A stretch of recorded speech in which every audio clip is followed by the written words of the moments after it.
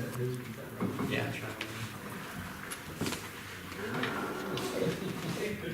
What's up, Mark? I heard you. We hope they're building your deck. I don't know what they're doing, so. Blair, he's the regional manager. All right, we'll call the meeting to order. Start with roll call. Okay, Mayor Manning, Here. Brennahan, Brenneman, jeez, that's like twice.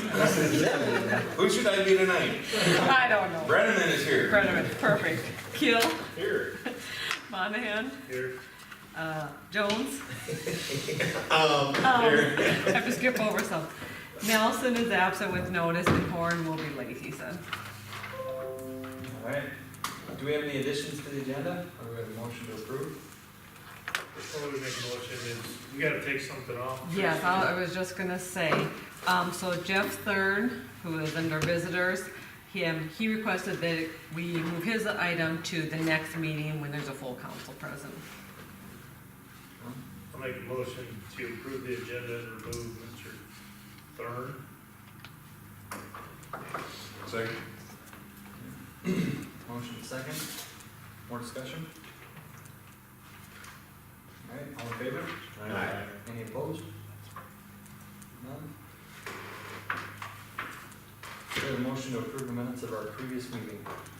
Make a motion to approve. Second. Motion second, discussion? All in favor? Aye. Any opposed? None? Alright, now we got bills submitted for payment. Make a motion to approve the bills. Second. I do have some questions. Craig, the Semcast bill for the lid on, Oh, it's for Highway 38. yeah, We are, along the highway, the city's responsible for drainage areas up in there, so we've repaired a couple other ones a few years ago, so. it's just for a lid though? It's that manhole saying, lid cover for the, clean out for the storm sewer, Yeah. storm inlet boxes. So it's got the precast, That's $1,000 chunk of concrete. yep, Good. yep. All right, my second question is, the fire station's down for $80,000? Okay, It's dated 1/2/15, what do you mean dated 1/2/15? that's what the invoice date is. Well, then that was my mistake putting it, it should be 6/1/18. Basically, that's our, this year's agreement. Every That's year, this we year's have an appropriation. $80,000 appropriation to pay, their loan payment. So, If I could find, it said it was 15, right, Jeremy? It was 15. Yeah. it did, Invoice is 1/2 of 2018. yeah. Sure. And that's what the invoice date should have been, because that's January, that's when we signed the agreement, Yeah. and it's due here So June we haven't 1st. released that yet this year? No. We're just getting it now? No, because the payment is due June 1st, so Oh. that's why we're paying in May's bills. And this one's Should've been gonna 18. seem pretty petty. $9 car wash at Hardy Stop? Yes. So the car was really dirty. We need to use it, and when we went and got gas, we got it cleaned. The only reason I ask is because not that long ago, Craig bought like $650 worth of car wash soap. It's available. Yeah, it was supposed to be clean before, I think that's when I took it out to Pier, it was supposed to be clean before I drove out there, and And it wasn't? it wasn't. So when I stopped to gas up, I did get the car wash. Okay. So I could see out the windows and everything. Turtle Creek Highlands, a check for $41,250. Okay, that was what we agreed to pay for the right of way for where the road went, Okay. and so we closed That's on what I that. thought. That's what I thought. Yep, that's our payment of that land. All right, those are all the questions I had. Alright, any further questions? Alright, we got a motion and a second. We'll vote. Monahan? Yeah. Jones? Yes. Brenneman? Yep. And Keel. Yes. Okay. Alright, first item up, resolution 2018-4, amendment Maple Street Plan and Hartford's comprehensive plan. Okay, so this resolution, intercom plan we have is our major street plan. And so this resolution would expand that area, and by expanding that area, basically we're expanding our plating jurisdiction. We talked about widening our plating jurisdiction. This is the way you do it. Because plating jurisdiction follows your major street plan. So it's been through planning and zoning, they reviewed it, and this is the agreed upon area that they wanted to expand it to. We have to keep in mind when we expand our area, we have to justify that we can still service the area within a reasonable amount of time, and we can't go over that equidistant line, and that's that yellow line between two cities. And so we're all within that, but it does allow us to expand it a little further north, south, and then we expanded it enough east where we would encompass the, second interstate exchange there. Make a motion to approve first reading. This is a resolution, so it's just, Second. Resolution. Is your motion as a first reading or as a resolution to pass as is? Are we not on revised subdivision regulation? Comprehensive plan. this is the, Master Street Master Plan. I'm on resolution 2018-4, on the major street plan in Hartford. Yeah, I was thinking. That's the wrong meeting. Yeah, this meeting, Teresa, I don't know what this meeting I'm on. I looked at it at home. Let me get on the right agenda. you don't have this, Nope, I can't. your find packet you don't have in it. it? Right. Page 20. Well, it's not on the computer. I've had that issue here too. Yeah. It's like it won't load. Yeah. Yeah. You gonna want that? Yeah, it looks like I am. Yeah. So, So I click on. Since we city got, council meeting, what we got? packets, there's 501. city limits extends quite a ways west of West Trent. Yep. Is there any property, there's a, Maybe we should go back to the paper.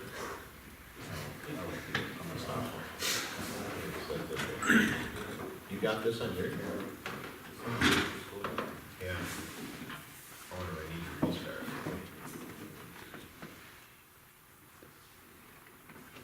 Well, I can't even pull up the agenda now, so the agenda I was looking at was last meeting, This one? and now it's not even doing anything now. So I have no idea what I'm talking about. make a motion to adopt resolution number 2018-4. Oh, that's it. Craig? Sorry. That was, So Mark is was that a on second? it. Yep. That's second by Brendan. Okay. I'll give him mine, because I got a paper packet. So you know, everything else is just gone, forgot it. It was wrong. See, when I click on 12, it goes to the 1. Curse you, technology. See, it's highlighted 512. Maybe it's 51, 0501. Good. You click on the wrong one.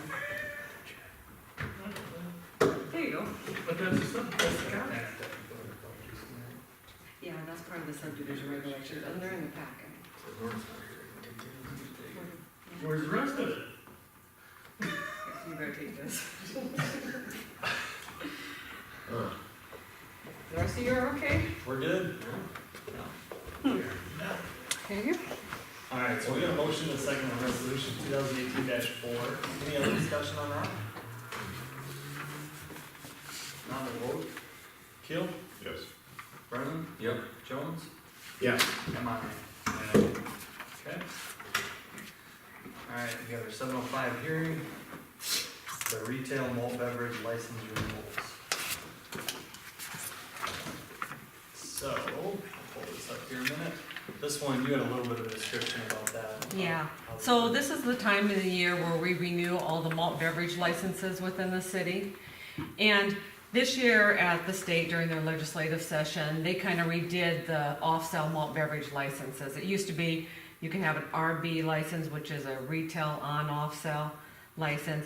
You used to be able to have just a package license, which would just be off-sale. And you used to be able to have a wine off-sale license. Basically, they did away with the package and the wine, and it's all just one license now, an RB, and a retail malt beverage with on and off sale. So, the first hearing is basically the ones that currently have the RB licenses, we're just renewing them, and that's that first public notice. But then the next three, they are ones that previously held either a PB license or a wine license. And since they no longer offer them, they have to apply for a new RB license because that's the only one available. So that's why we have the different hearings. They're all the same people that currently have off-sale malt beverages, just that they're different license types now. So the first one is just, like I said, the ones that currently have an RB license, they just need to renew. And so that would be the Coffee Cup, the Goat, Heart Teeth Stop, Blue 42, and American. And that's what the first hearing's for. Make a motion to approve. Second. Okay, motion and second. Discussion? Alright, all in favor? Aye. Any opposed? None? Alright, then we have our 710 hearing, and this is new retail malt beverage license. This one's for Olson Oil Company. And they used to have a PB license, a package, so now they're applying for a new RB since they don't have PB licenses anymore. Who is Olson? So that's get and go, yeah. Make a motion to approve. Second. Motion second, discussion? All in favor? Aye. Any opposed? None. And we have our 712 hearing, the new retail malt beverage for, is it Dolgan Midwest LLC? Same reason, Yep, that's Dollar General, and they used to have a PB license as well. it's Dollar General. Yep. Okay. I make a motion to approve. Second. Motion and a second, discussion? All in favor? Aye. Any opposed? Alright, we're about 2 minutes early for our 7:15, so we'll go down to second reading and approval of ordinance 653, the 2018 revised subdivision regulations. Make a motion to approve ordinance number 653. Second. Okay, discussion.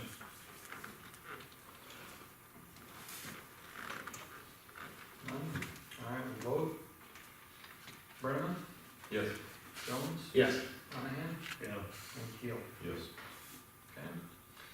While we're on that, we're gonna go right to the next one, which is resolution 2018-5, which is review and approval of the updated design standards and technical standards, which are referenced in the subdivision regulations, and can only come after we approve that.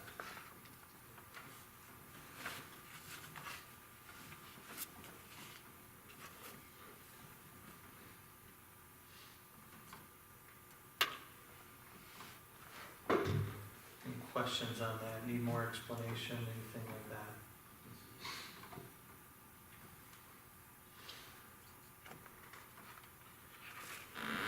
I make a motion to approve resolution 2018-5. Second. Alright, a motion and a second. Discussion?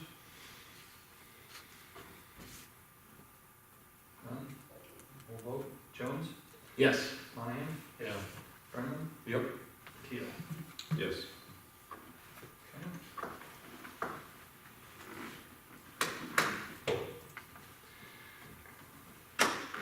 Alright, now we're at 7:15. And we'll have the 7:15 hearing, new retail malt beverage license for Smoking Grounds Incorporated. And they previously had an off-sale wine license, so Make a that's why motion they to need to. approve. Okay, Second. discussion? None? Vote, Keel, Yes. Brennan, Yes. Jones, Yes. and Monahan. Yeah. Alright. Mr. Mayor, before we move on, I know we took it off the agenda, but could I ask a quick question about Mr. Thurns' property in that fence? As long as we don't take any action, we can took it off. Yeah, we can't take any action, I just have a question, because I didn't realize this before. But there's a 5-foot utility easement in his rear yard that you would not been able to build a fence on? Utility. Fences can go on utility easements, Fences can go on utility easements. just not drainage. What about sheds? They can go on utility easements as well? Yeah. And we just stayed in there, you know, if it's, the utility company needs to get to their utilities, it's within their right to be, since it's an easement, they can, you know, tear it out or, you know, move it or whatnot, it's at the homeowner's expense, so. I always let them aware of that, so I said, well, if you don't wanna risk it, I mean, to redo it. Did you pull up the plot map, Teresa, or did you submit that? I pulled that up, You pulled that up? yep, Okay. yep, just for your reference, you can submit that. So there's no restrictions on utility easements? Not for fences. Yeah. That was another question. Any other questions? Alright, Yeah, I broke it. with that, we'll move to reports. Jesse with the Chamber and Economic Development report. I'll move my. Good evening, in your packet is my report from the month of April, a busy month here at the Chamber of Commerce and Economic Development Office. Starting with the Chamber, a good portion of our month was spent organizing the West Central Opt-out Forum hosted at Dakota Plains Event Center, moderated by Bill Zortman. We had 78 people in attendance. We had a panel discussion where we talked about the effects of the opt-out, either what a yes or no vote would mean to the communities of Hartford, Humboldt, and Wall Lake. We had a panel discussion where Superintendent Brad Behrens, business officer Sue Kurtz, and school board president Brian Skinner sat on. Bill Zortman had a great idea where we split the different members of the communities, where we had Hartford in one area, Humboldt in another area, and Wall Lake in a separate area. So about half an hour talking with the opt-out in our respective groups. We came back together at the end of the session to share what we learned in that time, and I think a lot of folks from the West Central School District walked away learning a little bit more about the opt-out and some of the consequences a yes or no vote might have. Our Girl Scouts here held a dog waste station ribbon cutting for their project. It was held at Turtle Creek Park. I believe they have 4 or 5 stations, Craig, set up, 5, with the 6th one to be determined, or has that one been axed? It's been, no, it's been installed, but I'm trying to It think of. includes the 5 by the park. That includes the 5? Must, Okay. yeah. Okay. They're pretty excited about that.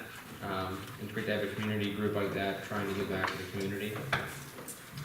65 Magazine spotlighted 4 businesses in Hartford to visit.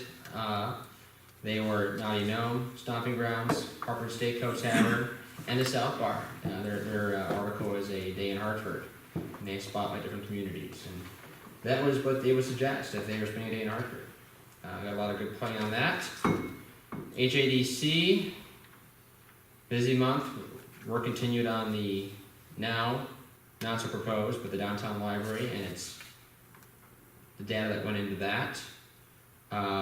We awarded grant monies to our HADC sign improvement recipients, Blue 42, Bus CPA, and Rocot Ink and Thread. The grant works where monies aren't distributed out until the installation of the signage is complete and an invoice has been submitted for our records. Work continues with the brewery group. We'll have an announcement here in the beginning of June. As of today, we can say the land is officially in their name.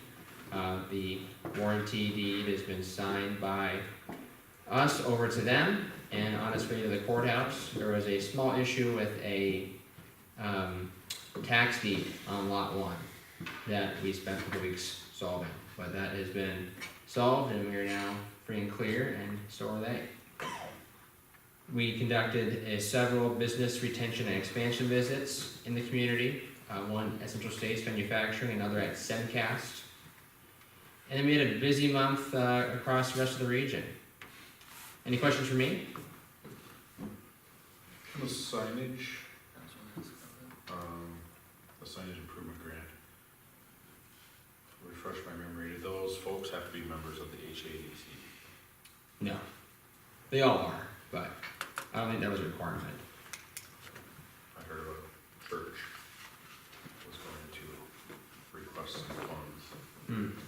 We never received an application from any church. Yet. Or is Yeah. that deadline closed? No, it's through the end of the year, isn't it? Deadline's closed for Deadline's first round, second round starts in August, and then if you close again, that's September 1. That's okay. Understood. Yeah, I don't think we ever talked about churches being on there, but I mean, we always consider the application. So I assume with the transfer of the land to the brewery, there's some teeth in the contract that, Yes, there is a purchase agreement that's been signed by both parties that has the city of Hartford's stipulation in there that a building permit must be pulled within 1 year. And there's also a few other things we added in the purchase agreement to protect the city, the HIDC, and the brewery group.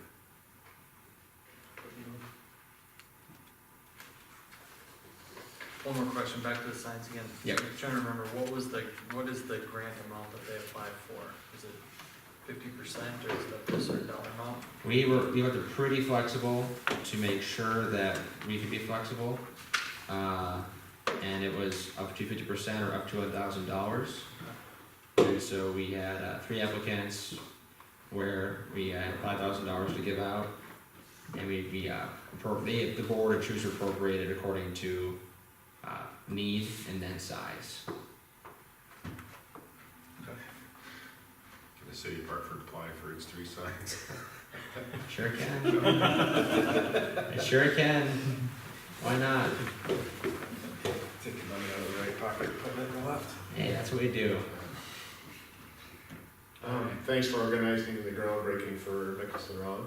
I noticed you didn't put that in here. Was that in May?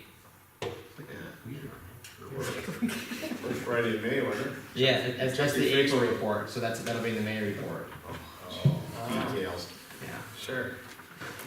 Yeah, here, very simple, calendar line, calendar day. So we can revisit that here in about a month. It was. Just didn't go well. It went very well. That was a great groundbreaking. We should do that every month. We should, let's do some more city projects and they can do them. Anyway, We don't necessarily need to do a project. Let's just do a groundbreaking. we call them mixers, I think that's what. The chamber holds 9 a year, please come on by, have a great time. They could have been classified as a mixer, yeah. All right, any questions for Jesse? As always, feel free to give me a call or text or email. All right, thank you. All right, Chief Schumacher, fire department report. Hello, Mayor and Councilors. Good to see you. Seems like the months are going by quicker anymore. Recap from April. The department ran 16 total calls in April, 8 of them within the city limits of Hartford. So a little bit lighter month, which is always good for the general population. Training-wise, in April, EMS side, we did patient ventilation and airway support. Fire, we did a controlled burn and worked on structure fire tendencies and reactions. May training on the EMS side, we have training on trauma and fire side pump operations. And then kind of recap pancake feed, we fed just over 800 people here at the pancake feed. So real good turnout, good community support. So That's great. that's really all I have for you today. All right, questions? No? No, it's great pancake feed. Thanks, Chief. Thank you guys. All right. City engineer report. Yes. Starting with the wastewater treatment facility, John has been coordinating with Larry on some documents for annexation agreements, just some templates and boilerplates that he needs to before he starts sitting down with these people. He has done some preliminary touching base with a few folks. I gave him Mr. Anderson's name the other night, and so he reached out to him, and he's gonna start setting up meetings with those folks and Teresa and whoever else may need to attend those, but we'll start coordinating those meetings in the next couple of weeks, I'd say. However long it takes Larry to kind of get these documents back to us, so that's kind of where we're at with that project. Vandermark Avenue, we have plans done. We're ready to have a motion to take these advertised. We met with the city staff last week or the week before and reviewed them with them, made some updates to it. And right now our cost estimates are coming in around, we're estimating around 180,000 to 200,000 for the project. So with that, if there's any questions, I can answer them, but if not, we just need a motion to take them to advertisement. Do you have any data on advertising? Next two Thursdays? We just need a motion to let her Yeah. advertise it. I'll make a motion to go ahead and advertise that project. I'll second that. Alright, we got a motion and a second for advertising the Vandermark sewer project. Discussion? What was your estimate on that, refresh me? We initially, in our preliminary plan, we had 200,000 for the sewer, but we thought we were gonna go down to the highway.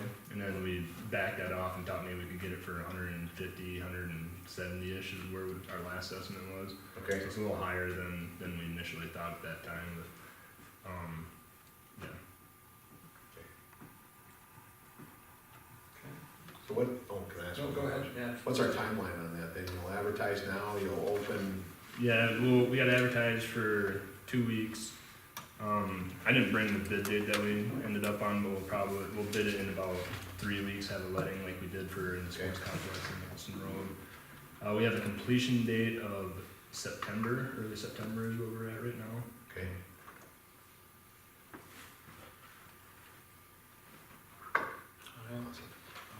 Further discussion? How's the conversation going on the right of way? The easement document sent to Hago, so the easement for this will be secured.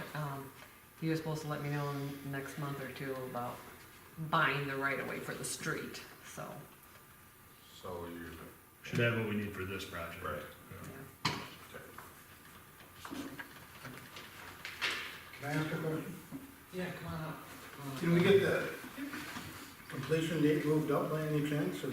Yeah, we talked about that internally here. My only concern is if we get it too tight, then we might start limiting our bidders. Because we considered trying to move that up a little bit, and I felt like we were gonna start eliminating bidders. And I know, I've talked to your engineer a little bit about, because I assume you guys want to start your sanitary sewer work right away. And we do have, you guys need to probably look at our elevations versus your elevations, because you would have to make that decision if you decided to put the sewer in before our project. But you'd have to consult with them probably. Are you gonna guarantee yours? Guarantee our elevations. I don't think there's anything that'll change them. I'm pretty comfortable that they won't change, because we're pretty deep. We're 15 to 20 feet deep in the street there. And so where I get concerned is if we're crossing some shallow utilities and we have to make adjustments, but really we shouldn't have that on this project, so I'm, I mean, if we don't go till then, we're not gonna get our pipe in this year, probably. yeah. I don't know if there's any other feedback that if we want to move the question date up, but that was my concern about having the completion date earlier than that. And I understand that, I agree with that, but Yeah, it kinda puts us under the barrel a little bit. Yeah. Getting anything going this year. yeah, and it very well could be we get a contractor that wants to start Right. right away and get it done right away. And if we get the right contractor, they can maybe do the whole thing, you know. Right. Do you have a contractor lined up for your work? I've got some bids, but I don't have anybody, I haven't agreed to anybody. Because ideally, we would then maybe end up with the same Right, contractor that you guys Yeah. use. and then maybe it would go real fast. Yeah. Okay, thank you. while you're here, just because everybody in the neighborhood wants to know what work is happening up there currently. Right now, they started draining some water out the backside. Just everything was full of water. Yeah. They started taking trees out last week and we got a lot of water. There's a drain that went in on the backside that's draining down off of behind Sunshine, goes down in the storm sewer. Sure, yeah. They got a 10 or 12-inch pipe underneath the berm that they built. Took ditches to the backside of it, so the water's all gonna flow through the back. It's all heading west, sure. Yep, west and down storm sewer. Yeah, that's gotcha. A little bit went down Main Street the other day, I heard. Through the trailer court. But yeah, the water went down a lot already. I think we probably lost close to a foot already. Okay. Alright, so we got a motion and a second on approval to advertise. More discussion, questions? Now we'll vote. Jones? Yes. Monahan? Yeah. Keel? Yes. Brennan? Yes. Alright. Do you have other things you wanna cover before we get to awarding the bid for Swenson? No, I didn't have anything else on Van there. Yeah, Swenson Park, we had a bid letting. We just sent Teresa our recommendation for award. You guys have the, list of the bidders there. Low bid was RMS Drainage and Excavation. Base bid was $509,783. The ad alternate was $34,354.56. RMS, we've had a few projects with them. They're a good contractor. We like working with them. They do good work. So no issues there. So we would recommend awarding it to them. And then we should probably discuss if you guys want to award the ad alternate. Does everybody know what the ad alternate is? That's that dirt, right? Yeah, That dirt, so- we're moving it over. So the base bid is the stockpile, we have excess dirt on the job, so we're stockpiling it on that 5 acres to the north of the site. The city staff thought we should bid that as an ad alternate to take that dirt and take it down to the South Street area and strip that area and fill that area with the excess dirt. So to take that dirt and fill that area of South Street is what the ad alternate is. That's that 34,000. And you can award these separately, so you can award the base bid for doing the dirt work up the sports complex. And then if you wanna do that alternate, you can award that or not award that. I mean, they'd be two separate motions. Okay. Would that work be done concurrently then, if they, It maybe depends on, I don't know how they'd do that exactly. They probably, because most of the dirt work on the site, the grading is gonna be probably scraper work. okay, And then they'll probably stockpile it over there still, and then load it up and truck it out down to that area. okay. So whether they do that kind of at the same time or not, I don't know. Can't that be a change order that we just either follow through on or bill? Well, we bid it as an ad alternate, so you'd get competitive bids on that part of the work. Yeah, but you're only getting a bid from the people that are moving the dirt, you're not getting a bid from people that will just move dirt. But these people are already in town, they're mobilized, I don't think you're gonna get better pricing if you bring a third party in. How much dirt do you think's gonna have to be moved? Do you remember what ton yardage we had? I remember we figured 100 and some trucks coming into that South Street area. when- 6,000 yards. Yeah, 100 trucks or 100 loads? 100 loads. 100 loads. 100 loads. Yeah. I think we were more around 150. 100 or 150? 150. Is this And gonna, this ad alternate is to take all the excess dirt from Swenson Park, get it over there, but it's not necessarily enough we're not saying that, hey, we know this is enough to bring us out of any Oh, flood it zone. is. Or is it? It is. It would is completely fill those lots to get them out of the. And it's all the lots? Yeah, that we that have whole there area down down there? there. Okay. We'll actually have some excess dirt beyond that. Besides this? Because we've created a couple stockpiles within Swenson Park because we're probably gonna need some someday if the road ever gets built through there. We didn't wanna short ourselves there. And we still have some left over to fill in the area where that maintenance shed would go, up in the southwest corner. Is that any So that's just moving it down, do they level, they do anything additional? At that, At South Street, Yeah, they'd that- level kind it, of they'd, point the right they'd put the, direction. they'd put the topsoil back on top, they'd seed it, and, is included in yeah, that's included in the ad alternate, yes. Okay. Does that, I think that's what you're saying, but I wanna be sure. Any of the compaction that would need to happen, anything like that, that's all, Yeah. that's all in there. Yes. We would just have to do the work with, I can't think of the word, with, basically with FEMA to get with it out. FEMA, and what do you call that when you try to pull it out of the flood zone? Lawnmower. Well, and you wouldn't do that until a structure was built down there. Okay, Yeah. okay. Yeah, I don't think you need that, but.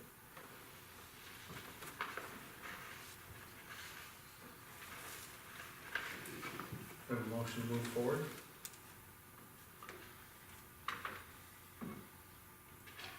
Sure. I'll make a motion to award the bid and alternate one to RMS Drainage and Excavation. second. Motion and second. Discussion?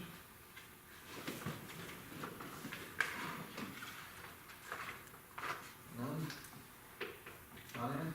Yeah. Jones? Yes. Brennan? Yep. And Keel. Abstain. Awesome. Okay.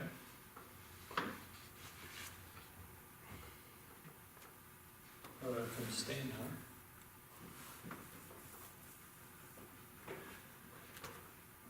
So, Motion fails.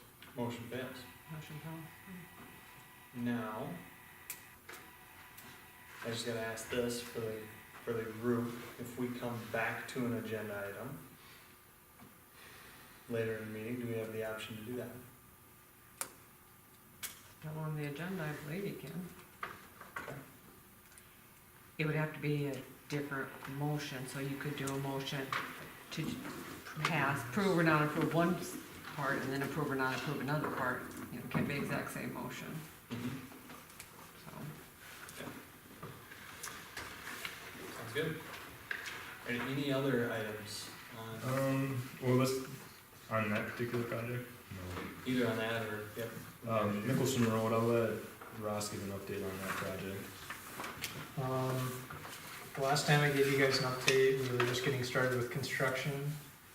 Since then, they've started to move some of the dirt off the kind of west portion near Patrick Avenue. They cut that down to subgrade elevations and hauled a lot of that material to the east end of the job, where it's being placed as fill and being compacted.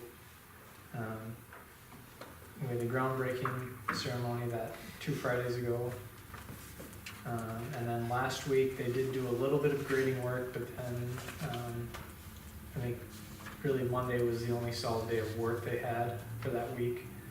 The rest of the week, they, were on site a couple times to try and pump water down, but otherwise didn't really accomplish much. This week, so far, has been kind of similar after we got more rain this weekend.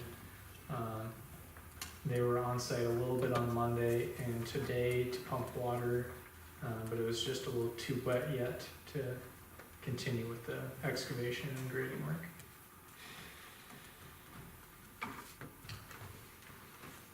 I think sticking mostly to the plan? Yeah, their schedule had them, stripping topsoil and doing removals for a couple weeks, and that work so far didn't take quite as long as they thought. So they're still sitting all right on that schedule. They do anticipate starting utilities sometime next week, but that's assuming that they can, work the rest of this week, dry and do most of that grading work yet.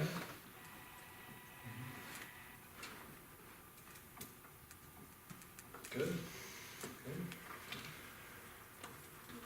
Just to add to that a little bit, so Sukup's also trying to tune up the area down at Mike Franken Trail, and we've been talking to them.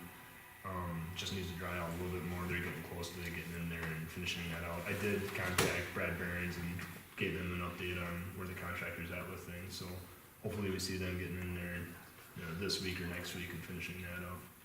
But it just needs to get dry enough so they can get in there without rutting everything up again. Sure. On the force account side, we've been reviewing plans for the MAPS landing edition. We just approved the engineering submittals for that today. We sent that back to them. We've done some inspections in South Main edition and Crestwood edition, and Ross has been doing those while he's out here. So that's been working out pretty well.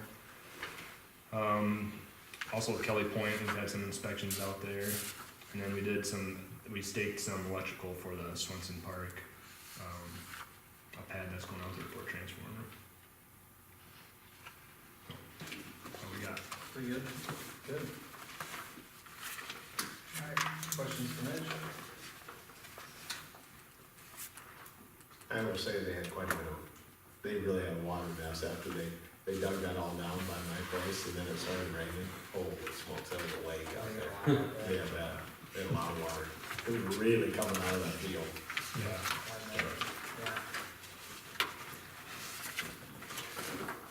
Alright, next up, we got Public Works Superintendent Craig. Slurry seal, still haven't heard anything about pre-construction date, should be hearing something very soon. Magwater, I have been keeping an eye on the gravel road, especially railroad, just for the dust net down there, this rain's really helped.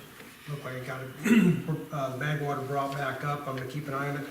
I think I'm gonna have Jim, he's in the area right now, have him shoot just down there by those houses along railroad, just because of the extra traffic pickup right now through that area. If we wanna have him do a little bit up at the golf course, we can certainly do that too. I'll take a look at those roads tomorrow and see what they look like, so. As far as the actual doing it completely and doing all the roads and everything like that, we have to get some gravel hauled on a few spots, and I'm short-handed this week, so it's not gonna happen this week, so. But, otherwise we'll be getting that here within the next few weeks, otherwise too, so. Working on gravel roads, like I said, sweeping, Justin got everything, I believe, swept in town. He thought he'd have it done last week on Friday. Then he'll start his rotation, like I said, him and Neil are both gone this week, so there won't be no sweeping this week. Equipment, everything's running good. We did have the steering gear on the Gator go out in it. I'm having a look into it to see if it's out of the warranty period, but it might be a recall, so they're gonna look into that and see if it is. If not, we'll take it off and get it exchanged. Boulevard trees themselves, Mike has finished planting all the trees. He's got about, I think he said 2 to 4 that are under warranty that he'll be getting replaced out. He's gonna do them on Thursday, so those will all be finished up. Emerald ash borer is a big topic right now. Kind of went around, did a little bit of inventory. In the boulevards, there's probably 12 to 20 trees that might be worth doing something with down, another year or so. In the park, there's probably about maybe half a dozen that are worth probably spending the money on. That's something I'll be bringing up at budget time to see how we wanna really approach that, if we wanna spend the money on the trees. And once you start on it, it's every 2 years. To have somebody come in and do it, it's going to be about anywhere between $200 to $300 a tree. If you buy the equipment yourself, you can get it done for about $60 a tree. It takes about half an hour a tree to do it though. So it's something we can talk about a little later here, whatever, so. They kind of touched on Crestman's edition. We've been having some issues. Every time Ross has been getting hold of them, they've been getting out and trying to get stuff taken care of. This last couple rains looked like it held pretty good, so. Colton Road, I met with Devin and also Jacob out there on the, we walked the trail out there. There's a couple areas that got some pretty good, or not, I would say big cracking, but just long cracking out there. They are putting a letter together and send it out to the contractor to get that addressed and get it fixed, so. I-90, got some traffic counters out there. Like I said, everything's kind of moving ahead out there as far as getting the traffic counts going, so. Water main, I'll put this in ahead of it, or ahead of the sports complex, but we've got about 50 foot of water main left to put in at the sports complex. We'll be done. We only had a couple days last week, I believe it was, to even get a chance to get a couple guys out there and do any of it.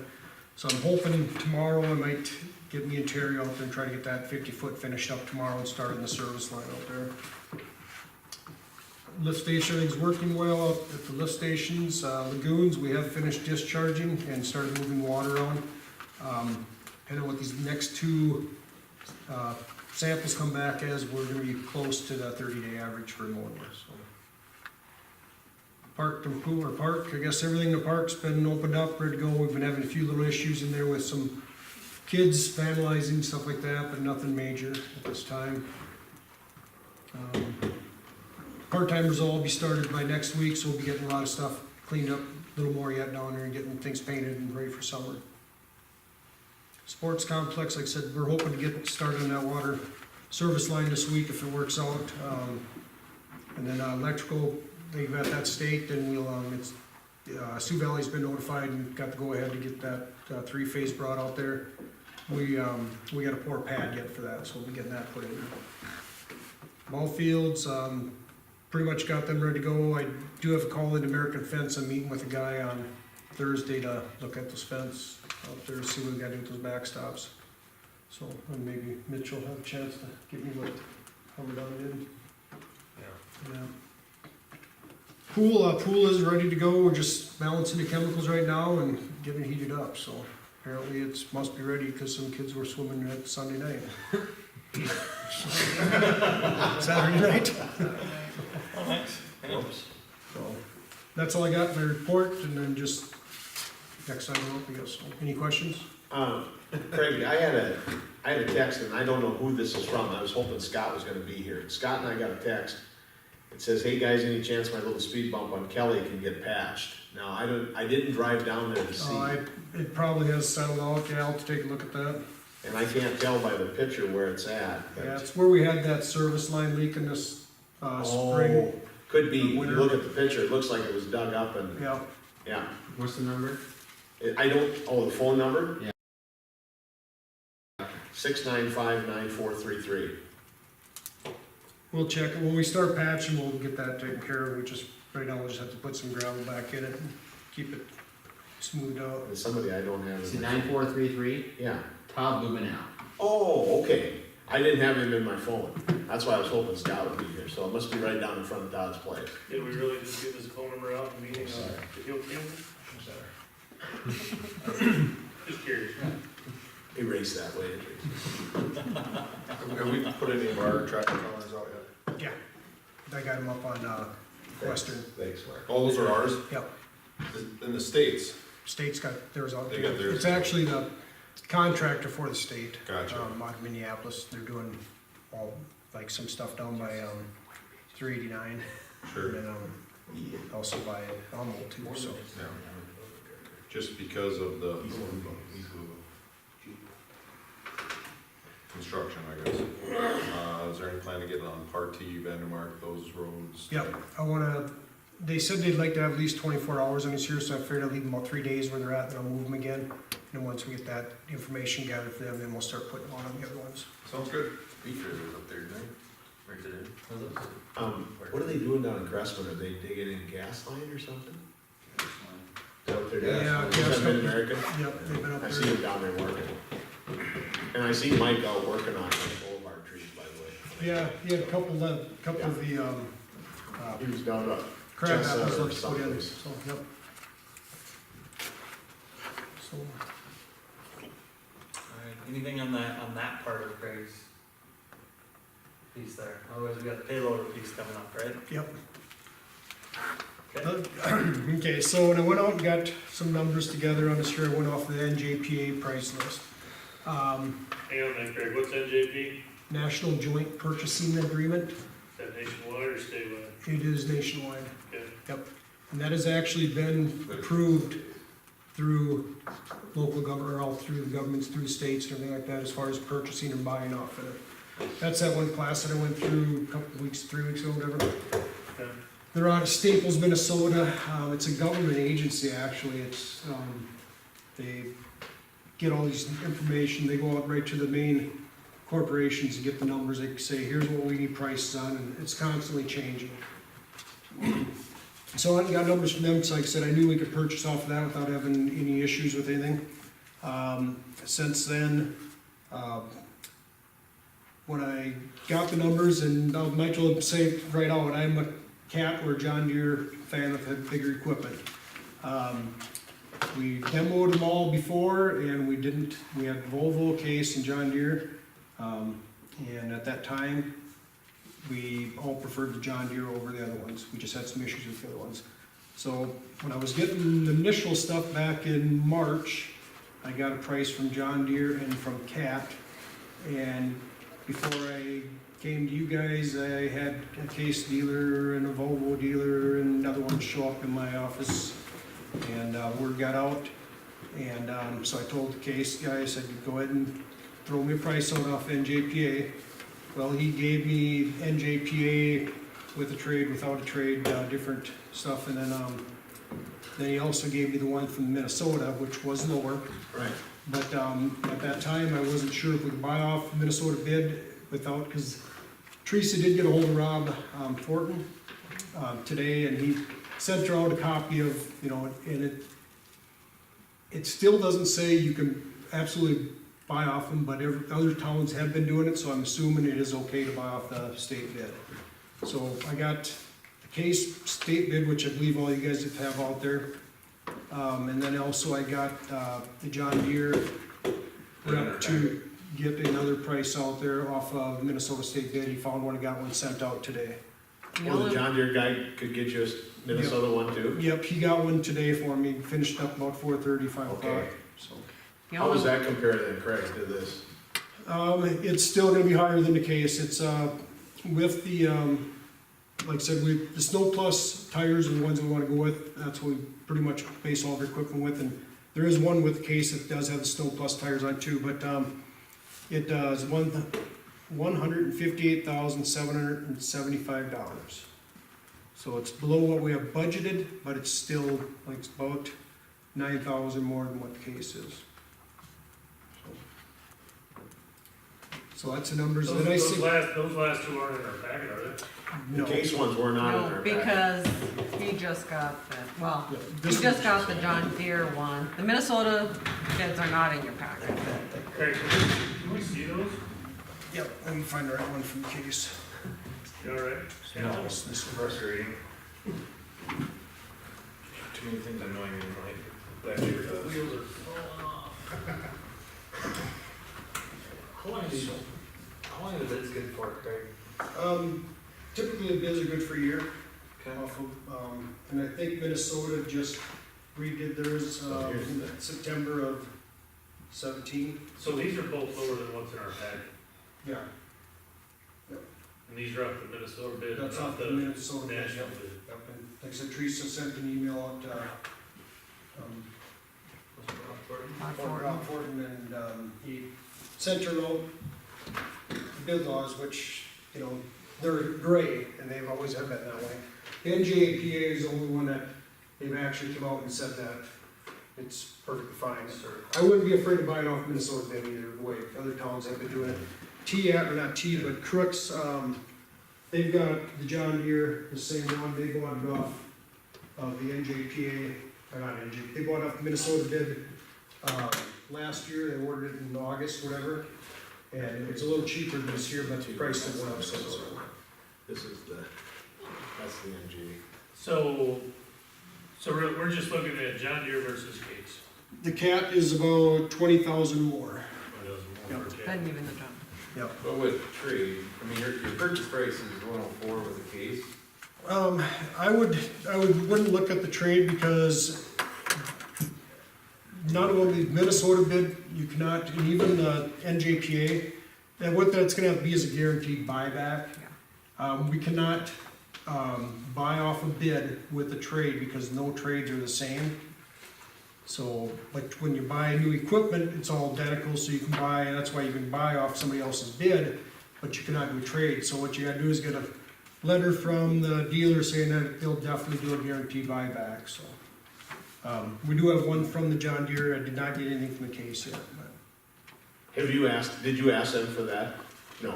The John Deere guy, I did ask him for one for it, And I got that, I just soon not say the numbers out there, but I'll show it to you guys.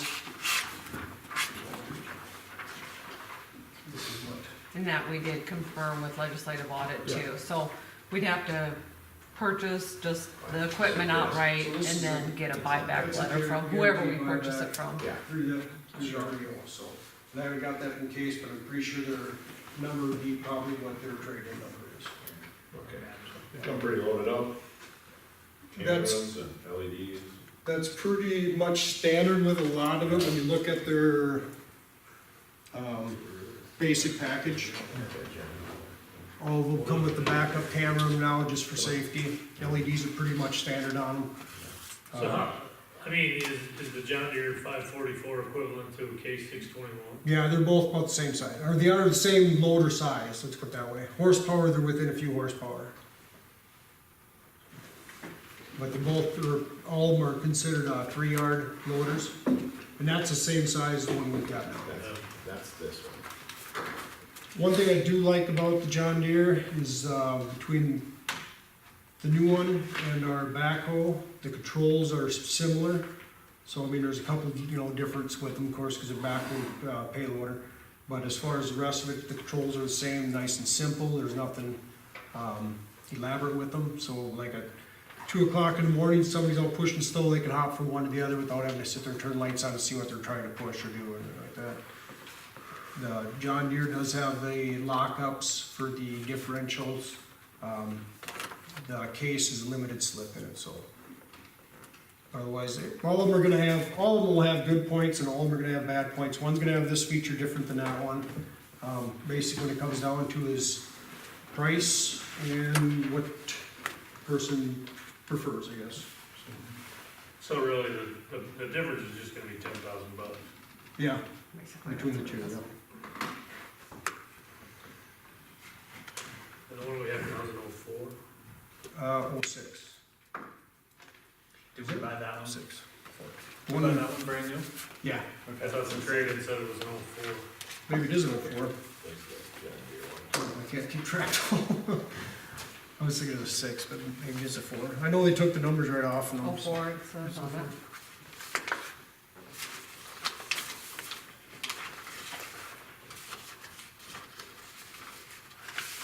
Well, I know you like the John Deere, Craig, but 10 grand is 10 grand, I hate to say that, in this deal. How much do you save if you don't have the chrome exhaust muffler? I have, Those are, I'm not, you laugh, but literally on a skidder, man, that's an expensive adder. I'm sure it's just as expensive on a tractor.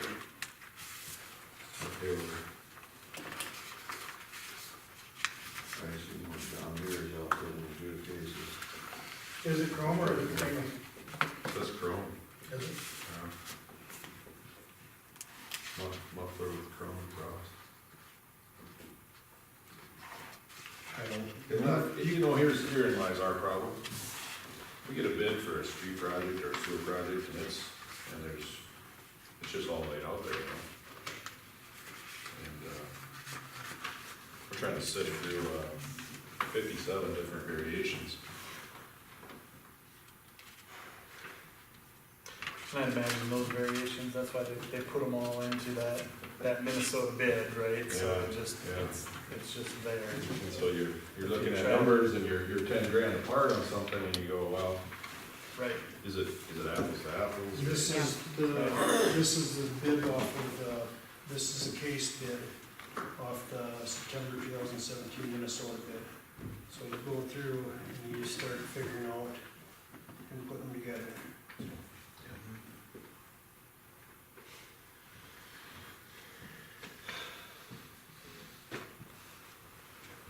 I'd like to entertain tabling this, that you'll prepared to motion to spend $105,000 on a payload when there appears to be a bit of. Especially late. Some of these late Last bids, minute we information. really have time to look over. Yeah, I mean, the packet was late, these other things are late, I mean, yeah, that's a.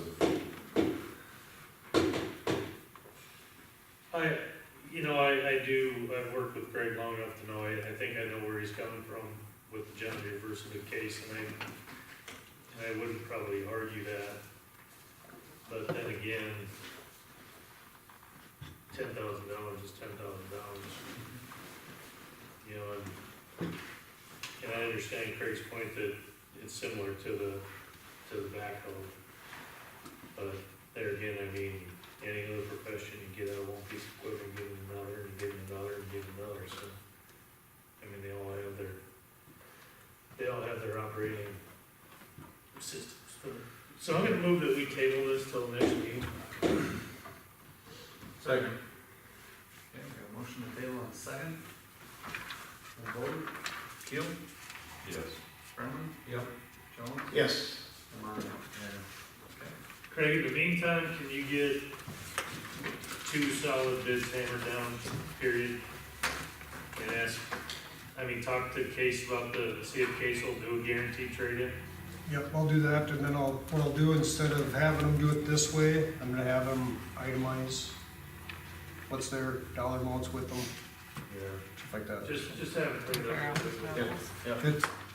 They'll do it, I mean, even though when they call in, like, when they call into like Minnesota or NJPA, they just call in and say, this is what we want, this is what we've got. And I did that on the one or whatever, but then they just give them a price back. So, but I'll have them break everything down, so. Good. Appreciate it. Thanks, Greg. Yep, no problem.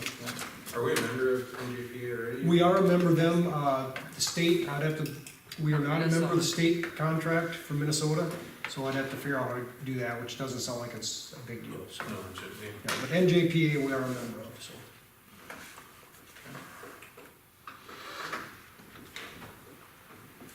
All right, that's good. Anything else under your report, Craig? Nope, that's it. Okay. All right, thank you. Yep. All right, we got the finance officer report. Teresa? Okay, just sticking with the same format, there's, just kind of give you the tally of where we're sitting at the end of April for our cash and our sales tax revenue. I did want to point out to you, it looks like we went down quite a bit in sales tax revenue, but we received our last April payment, they paid it out on April 30th, but it didn't hit our bank till May. So our May will be up some, so we're really not off as much as it looks like we are. Gave you what the committee balances are. I also wanted to point out with you, the Bike and Rec Trail Committee, you see is in the negative. And we have now paid out all the bills on that project, and this was the project that goes by the high school that we're just finishing up here. We're doing the punch list items. So once that's complete and we make sure there are no extra bills, we'll find out what that deficit amount is, and we will need to transfer funds from the general fund to that. And we didn't have enough funds to cover everything because we changed our plan 3 times, which incurred extra engineering costs, extra review costs and whatnot. So our initial cost amount, plus it was like 4 years later and prices went up. So, you know, all in all, the project was more expensive than initially planned. So that's why we're in the deficit with that, so. Just a breakdown of an explanation of some of the bills on the bill report for you. This week I started working on gathering information for our auditor. They're going to be here at the end of the month, the 30th and the 31st. So they've sent a couple pages of items that we need to start pulling for them. So I start gathering that information to get to them. I've also been working on all our summer help, the personnel files, you know, all their paperwork's coming in to get them hired. So make sure they get all their paperwork in and everything's put in the system. Like Craig said, all his guys are pretty much ready to go. The pool, we're gonna open on the 22nd, so we wanna make sure they get all their information in so they can start working as well. And most of that information is too, and I've contacted the people that need to bring in a couple pieces of paperwork here and there, but getting all that done as well. And then also put down a calendar of events for you. So I'm looking at the numbers for the tax, for the cash, I'm sorry. We're positive 620 From where we were at last year, last year but at this time. we'll be paying out quite a bit of that, yeah, Gotcha. yeah. General fund is both up, okay. Yep.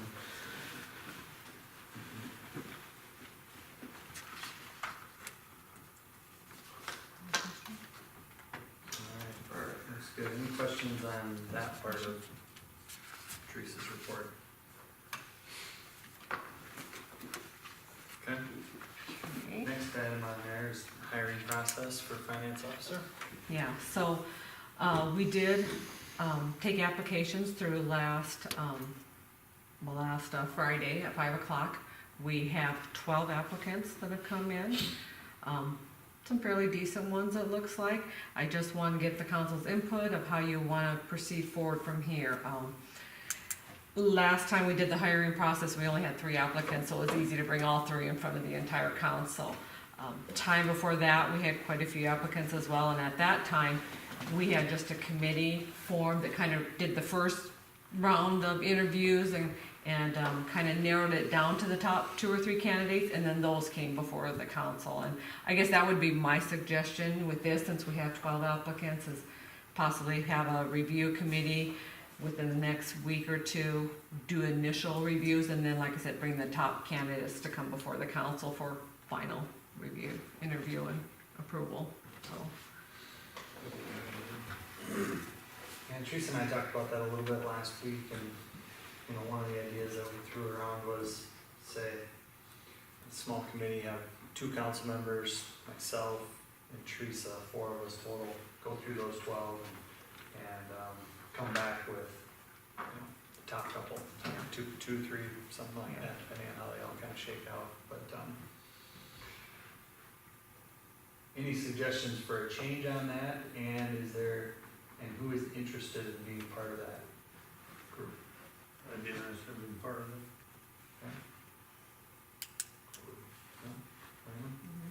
Okay.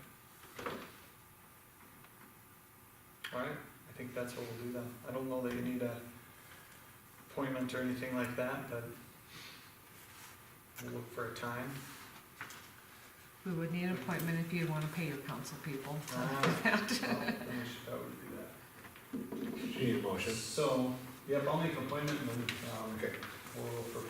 so, for the finance officer, 2018 finance officer hiring committee, basically the committee that will go through and narrow down our applications, not fully hired, appoint Councilman Brennan and Councilman Monahan. Make a motion to approve the appointments of Councilman Brennan and Councilman Monahan. Second. Got me right out, Alright, any discussion? Sorry. Not? Monahan? Yeah. Jones? Yep. Brennan? Yep. And Keel. Yes. Okay, sounds good. Thank you for all the extra work you've been doing again. Let's get it all together. I'm glad we got 12 applicants. That's fantastic. Yeah, that is good. That's really good. I know it's time. Text me when you get the date set or call, don't email me, please. Yeah, I know to text you. So, all right. Now back to you for a city administrator report. Okay, and I just have a couple things on my report as far as that goes.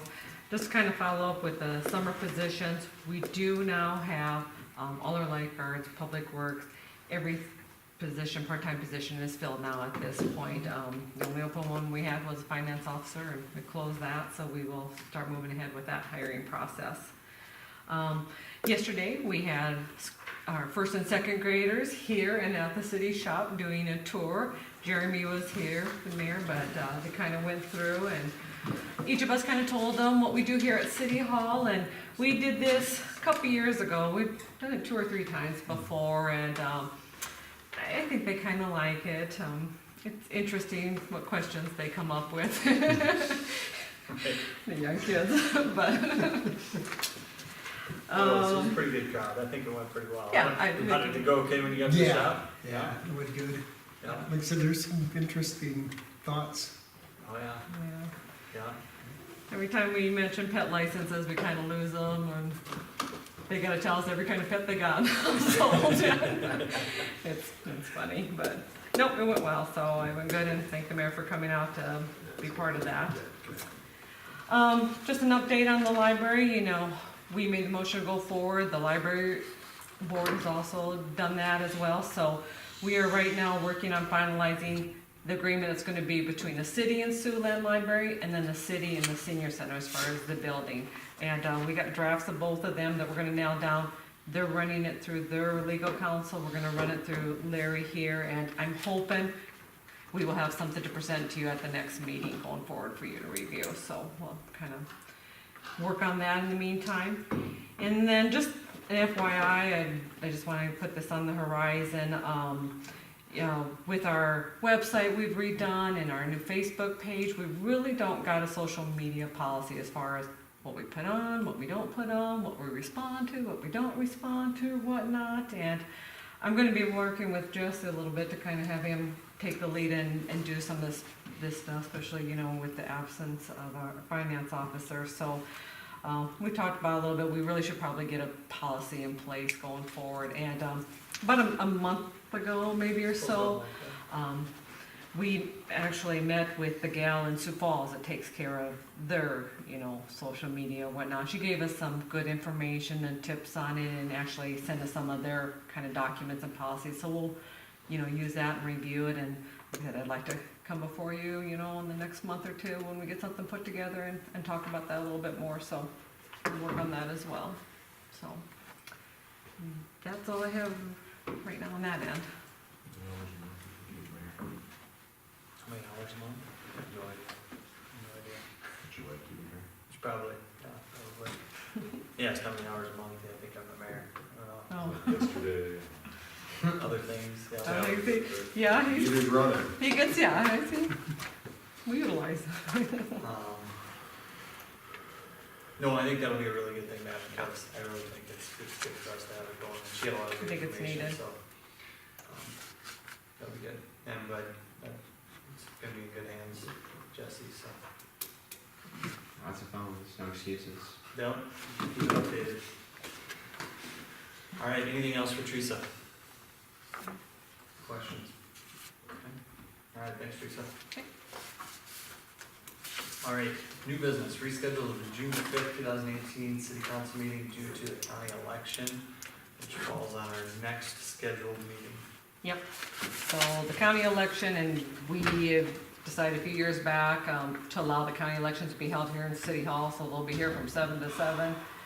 They'll then have to count, you know, the ballots and whatnot, so we'll need to reschedule our June 5th meeting. And I would like to suggest June 6th, because kind of plan to have a hearing that day, but I can move it if that doesn't work for everybody. I sent a notice to have a hearing that day, but I can send a correction to the paper. So you want it on 6? I would like it on the 6th if it works out for those that are present. I'll make a motion, we move it to June 6th. Second. All right, got a motion and a second, discussion? All in favor? Aye. Any opposed? Okay. Good deal. All right, review proposed revisions to the city employee manual, employee policy manual. That's a big part of our packet in there right now. And so, as you know, we had a committee, it was Scott, Mark Monahan, Jeremy, and then me, Craig, and Jesse go through our current employee manual from front to back and kind of read through it and look at anything that we think needed to be updated or clarified or changed or whatnot. And I sent this out to you about a week ago just to give you a little extra time to look at it, along with a synopsis of, you know, what the major changes were in it. And I don't know if you want me to kind of go through the highlight of kind of the big changes. Some of them are just kind of some wording changes, like I said, some clarifying changes. You know, kind of just, I will highlight a little bit just so make sure everybody's clear. So in section 2.13, performance evaluations, right now we do them once a year. This clarifies that we'll do formal ones twice a year. So, and then we can do informal ones at any time necessary or want it, but you know, it's kind of gives a little bit more of a review process there. 4.2 was another kind of big change. It just basically clarified that anybody attending a council meeting or P&Z meeting, an employee that is, if they're required to be here by their supervisor, then they'll get paid for it, versus if they just wanna come and attend a council meeting on their own, then they won't get paid. There's also a part of that that talks about, taking a 30-minute lunch. Right now, it says that they have to take a 30-minute lunch, and that follows federal regulations. For every 4 hours, you gotta have 15 minutes, so in an 8-hour day, you gotta have 30 minutes of break, or not break time, because, off-duty time and whatnot. So, a lot of, it's got brought up a lot of times. Jesse will have working lunches. A lot of times meetings are planned over lunches. So, sometimes we're not totally not working. So we wanted to, basically, we changed the word required to they're expected to take a 30-minute lunch. So I think that covers the city saying we expect the employee to do this, but it's not requiring them to do it in case they happen to have a meeting or whatnot. So I think it kind of covers both of us at that end. Another section, we kind of talked a little about emergency callback pay. Right now it says you don't get paid time and a half unless you work 40 hours a week, and that's working time. That's not, vacation or sick. But we ran into a couple instances where, somebody may take 3 days of vacation a week, and then they come in and plow snow from 5 a.m. to 8 a.m. at night, where with that vacation time in there, they don't have 40 working hours, so they would have never got time and a half for that emergency. Well, this clarifies that we're gonna pay them if they, out of their 8-hour day, if they are called in for emergency, and they have to be called in by their supervisor, not just they come in and put in extra time. If they get called in for an emergency and it's out of their 8-hour days, if they come in at 5 a.m. and they don't leave till 5 p.m., from 5 to 8 a.m., they'll get overtime pay, because that's out of their 8-hour day. Does that make sense to you guys? What's the law say we have to do? So the law says that we have to pay any time worked over 40, but we can pay more if we want to, which this would be, the city would be more lenient on that, but we are required to pay anything over 40 worked. Now, we're paying them, even if they don't work 40, but we call them in for emergency, we're still paying them, over We're the gonna 8 pay hours. them overtime. Yeah, basically, we're gonna pay them overtime for emergency situations if they come in. Well, I don't like that one bit. So, Cause I could see an employee working the system there. but they have to be okayed by their supervisor. It does state you have to be called in by your supervisor for an emergency. So, it's basically falls back on the supervisor to make sure they're not abusing The it. scenario, Mark, would be that if a guy just took Monday and Tuesday off, Right. and then a guy. There's a blizzard forecasted coming up. No, he's off Monday and Tuesday. Well, scratch blizzard and say he's off Monday, Tuesday, and he comes to work Wednesday at 8 o'clock in the morning or 7:30, and works all day, and then goes, punches out at 4:30 or 5, goes home, and at 6:30, let's take Neil, for example, a water main breaks, and Craig calls him and says, I need you to come into work. Well, he knows he was off Monday and Tuesday, so he just started putting time in on his 40 hours. So if Craig calls Neil in to work from 6:30 until 2:30 in the morning, the way it was written, that'd be straight time.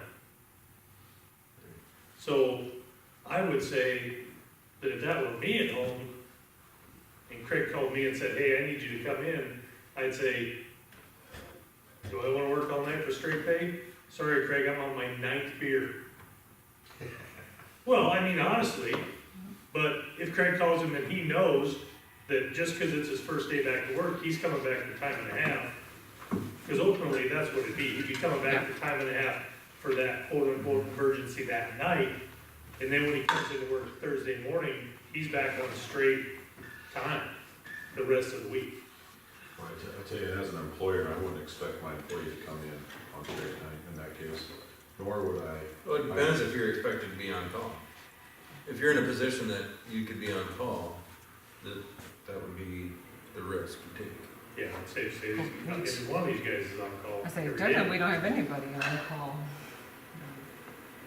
That we pay 24/7 phone, but To answer your question about the blizzard coming, what's our, I mean, I don't grant vacations that quickly. We've got, you know, if you have like a 2-week minimum window, try to get vacation requests. I've had too many beers. I'm not feeling good today. I mean, Well, there's that. I'm just saying, it opens up the opportunity, similar to clocking in early or late, or playing 7 minutes, or other issues we have had. Yeah. But if you're worried Thoughts about, on- if you're worried about abuse, though, the abuse would come from your supervisor, the abuse wouldn't come from the employee. Because the supervisor is the only one that can call in for an emergency for the employee to be authorized for that overtime. So the supervisor would have to be the one abusing the policy. And if that's the case, then we need to be looking for a different supervisor. The employee can't abuse it. Because the employee has to be called back in an emergency. Right, but we still gotta move snow or fix the water main. I don't know. I think I think we have pretty good benefits already, and it's a good position to be in, and that's part of the job. When you work for the city, you know that you could get called in for any emergency. But you You're could not a only, bank till you're working 8 to 5. the only time it would go, that it would get into play is if somebody took time off during the week. On the front end of the week. Right. Because they're not gonna get their 40, if they're off a day or two, they're not gonna get their 40 by Friday. So really, you're punishing the person for taking time off because everybody that they work with will have their 40, whether it's work during the day or during the night, and they'll be on time and a half come Thursday and Friday, and the guy that took time off won't be. And his only mistake was he took time off in the front end of the week. Do we have an on-call policy? no, we do not. You know, and we got a section in here that talks about standard workday, all of that, I think that's probably pretty close to where you're at right now. But, talks a little bit about what that standard workday is. I don't know the state rules for on-call policy, we were just talking about it at work the other day too. And I believe that if, in some cases, if somebody's on call, you're paying them at least a portion of that time, whether they get called in or not. I was gonna say, to be officially on call, you would have to pay them to take call. So you have to pay them something, so you're gonna pay them one way or another. Paying them to stay close and stay sober and Yeah, be close to your phone type thing. Well, I can't think, I've sat here a long time, and I can't think of one time that's ever been abused. I mean, if anything, it seems like, we'll just call it the maintenance department always seems to go above and beyond in bad conditions for ungodly hours. I'm done, we can move on. and it is just emergency situation stayed in there, so it's only a few times a year that, you know, Something like that. it comes into play, I guess. It's not, you know, every week, so. I'm gonna circle back to something you said, because I think it's misinterpreted frequently. And you said federal law requires a lunch break? Well, they require 15 minutes of no work for every 4 hours. It doesn't have to be called a lunch break, but Yeah, because federal law does not require, because this is something we talk about in my work as well. Federal law does not require lunch or coffee breaks. no, you don't have to give breaks, but you have, for every 4 hours work, you do, I looked that up. It doesn't require you to pay them, if that's what it, that, because that was a little full paw in it too. It doesn't require you to pay them. Bona fide mealtime periods, typically less than 30 minutes, serve a different purpose than coffee or snack breaks, and thus are not work time and are not. Right, and like I said, it doesn't have to be lunch, but it's the 15-minute break for every 4 hours. So we're just calling it lunch, but Because I hear that a lot in speaking with folks, yeah. and it says. Like I said, federal law says you it's gotta not have a- lunch break. It's not a lunch break, but for every 4 hours, they have to have 15 minutes of no work. Okay. That's what it is, yeah. And we're and say most of us here don't take our 15-minute breaks in the morning, afternoon. Right. A lunch period, a half-hour lunch period would cover that, I guess, is that. So if that clarifies it for you, so. It's just the 15-minute break for every 4 hours of work. The next kind of bigger change, 5.2, so we talked about, we figure everything at the quarter hour now, either 7 minutes before, 7 minutes after, everything's figured at the quarter hour. Now time cards will be figured to the minute. We're changing that, so.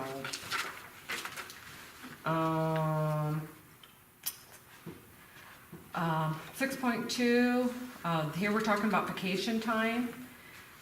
We did add a line in there that states that the city council may grant additional vacation time to any employee as long as they have put in their 6-month probation period. So at any time, it's up to the council's discretion if you want to grant more vacation time over and above what is stated in the policy. And this kind of came about when we're talking about, okay, a lot of employment places and a lot of municipalities, because I checked with other municipalities, will during the negotiation of the hiring process, if they're hiring a supervisor or a manager, administrator, or whatnot, hey, we'll give you extra vacation days as part of, your hiring package or whatnot. With this in here, basically states, this is what you get for, years served, but with this line in here, if you happen to hire somebody, they do their 6 month, if you think they're doing a really great job, or past 6 months, 2 years, you think they're doing a great job, you want to give them that extra incentive, give it to them. If they're not, it doesn't lock you into giving them extra time. It's totally up to council's discretion. Well, and another thing that covers is, say Craig rides off into the sunset and then you're looking to fill his position, hopefully you're gonna have a highly qualified individual applying for that job. And by the vacation structure, anybody with years in service and experience are gonna look at that vacation and say, you can either say, this is it, or you can say, we have the flexibility to offer you X amount more than what the base is. Yeah, so it gives the council a little more flexibility. Yep. Okay. And hopefully you read my note. With that being said, right now, our policy manual says that the city administrator gets an extra week above that. And that's what I was hired under. So I'm willing to take that out of the policy manual, but I would like a council motion to give that back to me. So that's totally at your discretion. That was actually brought up by me, because that's been brought up to me by, it's been brought up in the past that verbiage singles out whoever the city administrator is just 40 hours more special than everybody else. It just read incredibly poorly in the old manual. And I agree with that. I don't think that should be stayed in there. I think it should be done, like I said, at council's discretion with a motion to whoever that individual is and according to their job performance, So I don't think it should just guarantee that city administrators should get it, because, like I said, maybe you hire a really good one, and you want to give them that, but then again, maybe you don't get the best candidates and you don't want to offer that right off the bat. So it gives you, once again, that flexibility. So I don't know if that verbiage should be in there, but. I don't know if any of you were here for Craig's explanation of how that got put in there, but it happened in the past, and it happened at, I believe, raise time. And in lieu of a raise that was offered to a city administrator, and instead of just taking that 40 hours for a year, it got hardwired into the policy. So that was a recurring. And you can tell, as you're reading through it, I wrote it actually, you can tell this was added to this at some point, and it seemed odd that it was in there. Especially when it doesn't spell out any other, employee. positions that way, so. Right. When the group got together, sorry, I didn't catch that part. No, it's, It was more like, okay, let's put it out here and make sure that everybody understands that Teresa was hired under that you know, circumstance. And, be the best thing to do is to give her that week back, right? Even though if we adopt a new employee policy manual. so if this is adopted tonight, can we do that tonight because it's not on the agenda? Well, I think we're going over the personnel It's on- manual, and it's that's be considered. part of this piece, so I didn't make it a separate. So if nobody's on board for that, you need to let me know right now, because I'll vote against this policy so she doesn't lose 40 hours of vacation. So if this policy is gonna pass, the next thing out of my mouth is gonna be to grant Teresa another 40 hours of vacation for this calendar year, which she currently has right now, prior to this passing. Got a grandfather her in.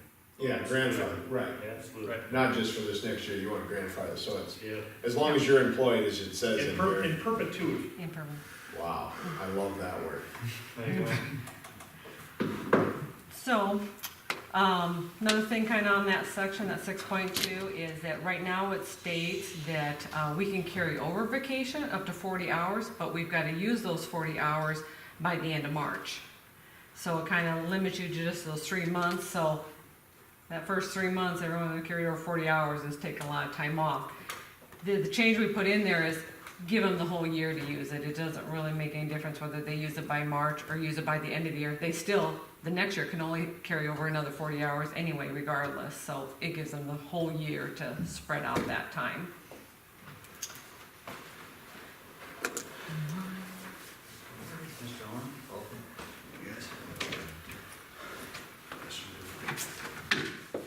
Okay, 6.9, it talks about bereavement leave, and the city was very generous on this earlier. You had spouse, kids, mom, dad, grandparents, great-grandparents, uncles, nephews, nieces. We had a lot of people where, again, basically it stated you could take 3 days paid leave for all of these. So we narrowed it down. We removed the nephews, nieces, uncles, aunts, and the great-grandparents. We left it kind of a little bit more immediate family of that, and any employees didn't seem to have a problem with that. So you only get the 3 days paid leave for just kind of immediate family. 6.11, we talk about holidays.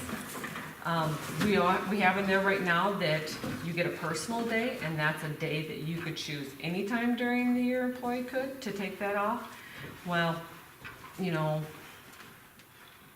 it's not a consistent holiday for everybody, and so we don't know, you know, going into the year who's gonna take what off for their personal day. So we took the personal day out of there, but then we added Martin Luther King. So we took out a holiday, we swapped another one in, but then we also talked about upping Christmas Eve. Right now, we get a half a day, just, you know, at noon we have to work, of giving that whole day off. It's a very slow day here at the city. Usually, most employees take it off, and we always have one office person here and one person outside, so not many people are working it now. And so, going forward, we put in there that they'll get all of Christmas Eve off.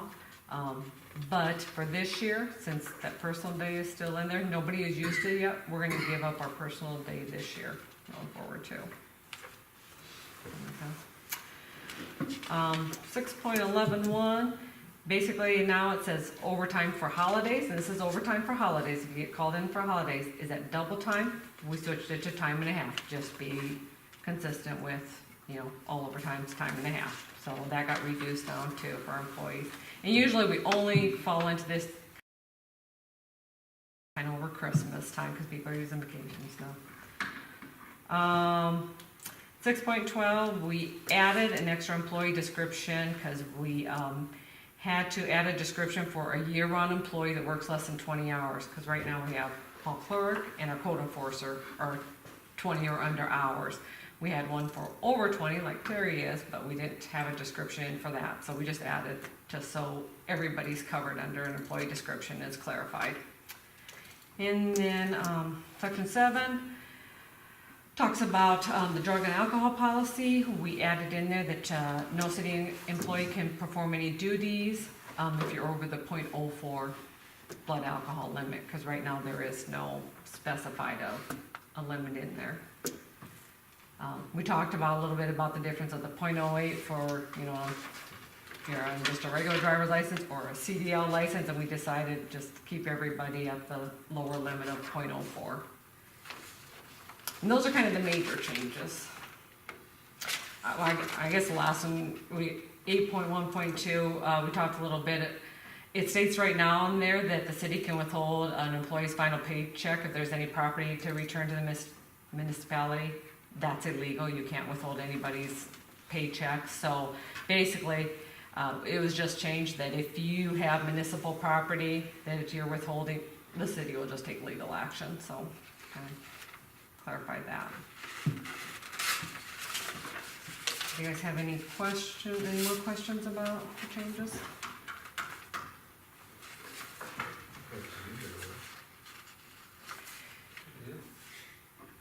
And we did talk, we had a staff meeting about a week ago, and so we did presented this to the staff as well, and gone over it with them, and they're okay with them. They're not gonna let us negotiate anymore for them though, because we lost quite a bit, so. No. I'd say you guys are pretty open to everything on there. I mean, it was, yeah. A lot of this stuff makes sense. Well, holidays is a kicker, I didn't realize there was that many city holidays, but I should have figured that. Kinda like electrician holidays. Bankers and Electrician holidays. Right. Alright, try to be catch up. I'm gonna make a motion to approve the proposed revised employee policy manual. Second. Can I make one suggestion can we make that motion but make it effective on the 20th? And that way, that's when the new payroll cycle starts, and we'll start doing the per the minute. Effective on May 20th. Yeah. Good with that? Okay. I so moved. And I'll still Effective on second, May 20th. I'll still second it. Alright, we got a motion and a second. Discussion? Alright, we'll vote. Monahan? Yeah. Jones? Yes. Brenneman? Yep. Keel? yes. Everyone? Yep.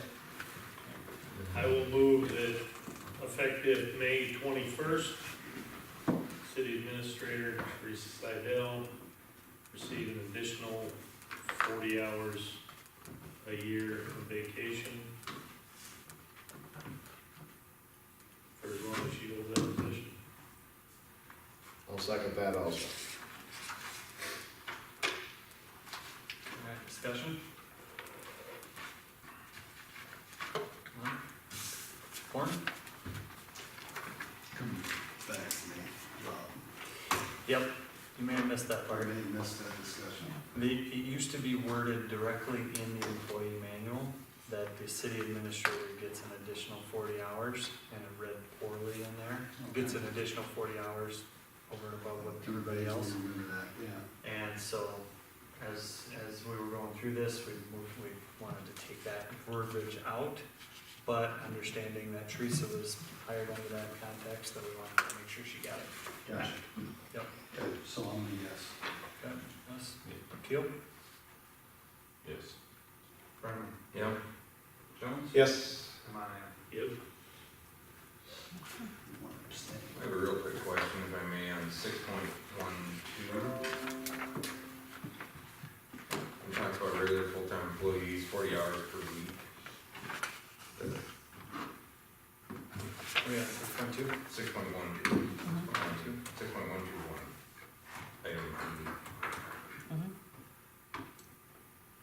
So is that like your job description is 40 hours per week, and it's not Yeah, an it's not average of that, 40 hours? right, you're hired at, to be a 40-hour per week employee, it's sitting in your, it doesn't go by per week, or. That's good. Alright, anything else on that topic? Okay. Alright. Next item on the agenda is review draft job description for recreational director.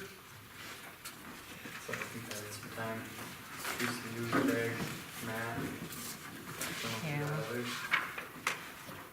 So as you know, me and Craig have been meeting with Matt with Sports Complex, and we've been talking about the water and electrical, that, you know, we've got that stuff going. We've also been hitting on, a job description for a potential recreation director, and talking about, you know, what duties we can see this person doing, you know, and I think the consensus right now comes down to, the responsibilities we can see them doing is, you know, looking like a part-time position at this point, but they could be, like we've always talked, you know, be coordinating, the fields and scheduling the fields and coordinating ball games and the tournaments and working with the different associations on things that they have going on and planning different events. They'd also be working with all the different committees, that the city has, and also be that go-between between the city council and those committees, you know, so there can be that point person. They could, you know, create a website and social media pages to get information out to the public, because that's something that we hear, you know, nobody knows where to go to sign up for this or get information about this, so they can be that person. They can help assist with grant writing and looking at funding and fundraising and that kind of different stuff. And, you know, we think once we get somebody in place, then, you know, they can work on starting to work more with the school and getting a relationship with them to possibly utilizing some of their facilities and incorporating, you know, working together, that this person may start helping them, you know, coordinating things at the school's gyms during the winter time or whatnot.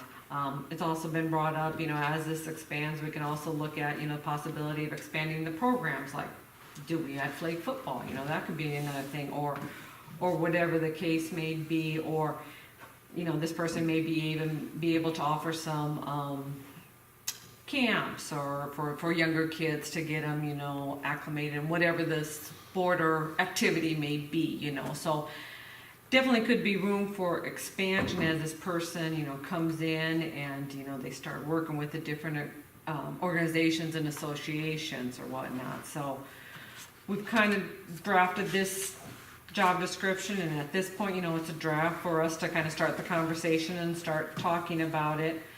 I had put in my report in the packet, you know, with that in mind, you know, there are some things that we still need to think about, you know, what kind of a pay rate is we gonna hire this person at?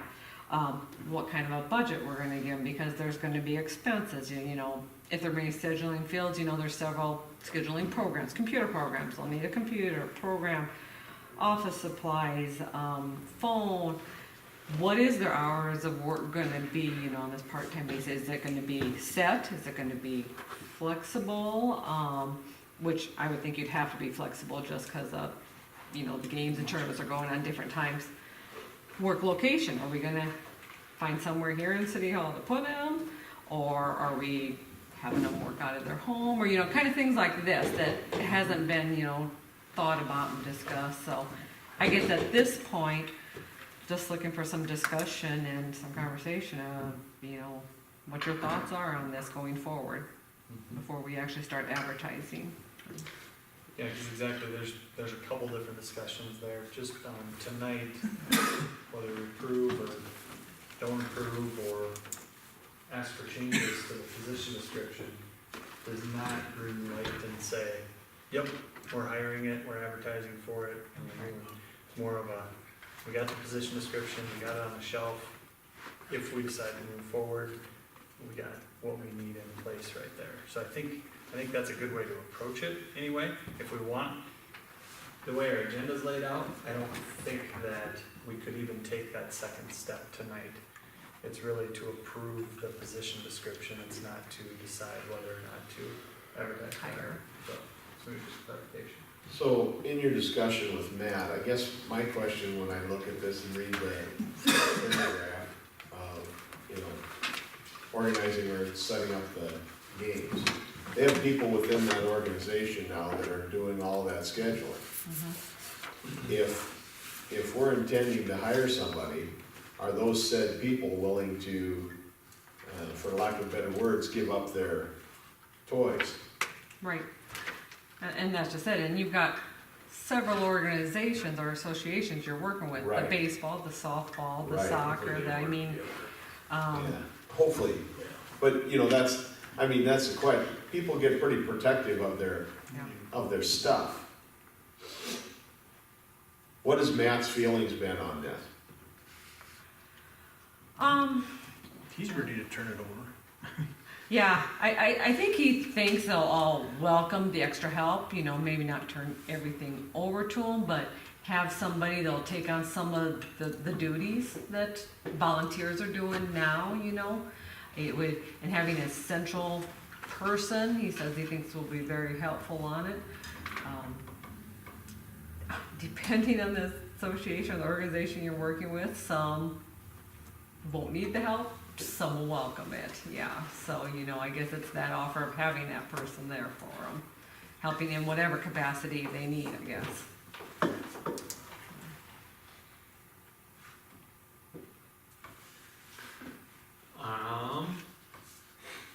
With some of that said, we've had those discussions, I mean, thoughts on, on the duties that are in here, is there anything that almost made this, that didn't make it? Are there thoughts about, do we have the right things on there, I guess? I guess, you know, I drafted it, I kinda used a combination of kind of what we discussed, and, T has one, you know, part-time position, kinda used some of their descriptions from, you know, their job, and Volga had sent us a copy of what theirs, so kind of looked at some of their things and kind of tailored it to around our discussions with Matt. We reviewed it with him last time, and I mean, I think he thought it sounded as a good starting point, yeah, of Can't really what we're write a looking at. perfect policy with a new position, can we? I mean, we have to learn as we go.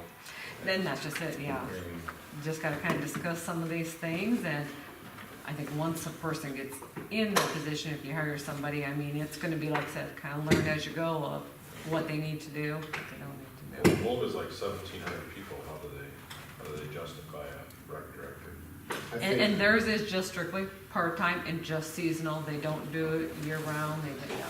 I think, Travis, they have an advantage. I talked with my niece and her husband live in Volga, and I called Marty and asked him, because he was on city council when they had it. They got such an advantage with South Dakota State that close. You know, they had people that live in Volga that work at the college that knew kids that were in that program. I mean, they were able to, they kind of used that program as almost an internship to a certain degree. But it was so accessible for them that it worked. That was part of it. That's why they could swing it. Like I think I talked about a month ago, I did check in about internships and if we can utilize them, and that is a possibility to put an intern in here for the first year, discover maybe what we need, what we don't need, you know, and then we take it over from there, so. Yeah, But you do still gotta pay your intern and whatnot, so it's. maybe not, you know, when you look at, so jump over to the pay side of those things, the average salary of a recreational, it's a recreational therapist, but my concern is probably about what our economic development director is making. You know, so, is it fair, Jesse, know anybody who's recreational director, is that a reasonable parallel I've drawn, or am I looking at all the wrong? I don't know how to comment exactly. Yes. It's good answer. It's good. Golly, you have been paying attention. What, the important purpose for you to bring that up is, you know, it shows that we probably need to reflect on your salary a little longer and harder next time around as well.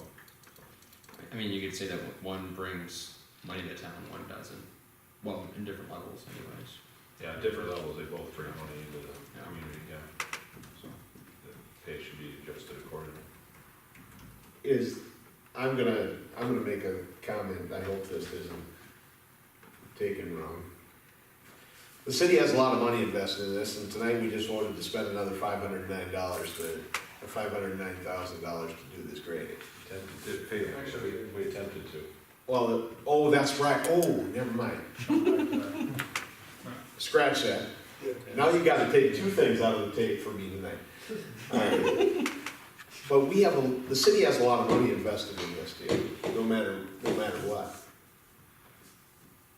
I'm wondering if we are at the point where we need to make that next step to have somebody, city employee, watching over this thing. Just for the fact is we got a lot of money invested up there.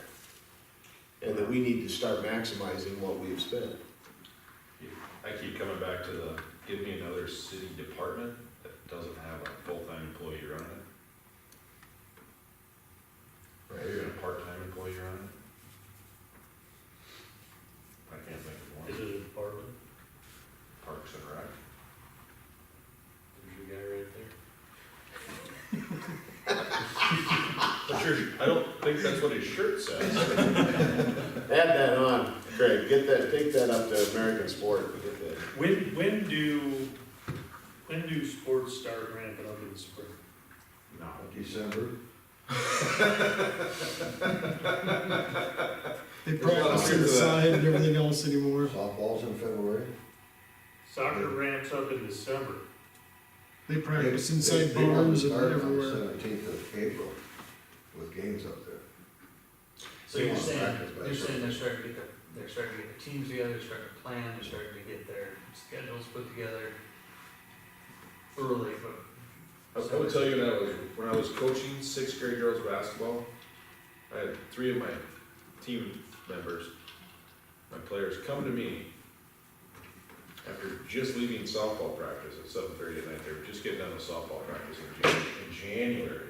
So you're right, yeah, it starts. Girl softball, when I was in high school, or the 15-year-olds up, they go out in the country buildings and stuff in January already. Yeah.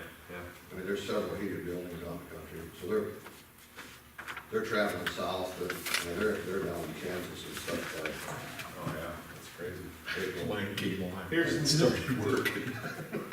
To try and wrap your head around it, the amount of money that people spend on youth sports is stupid. I wouldn't dispute that. Yeah, but it's not going away.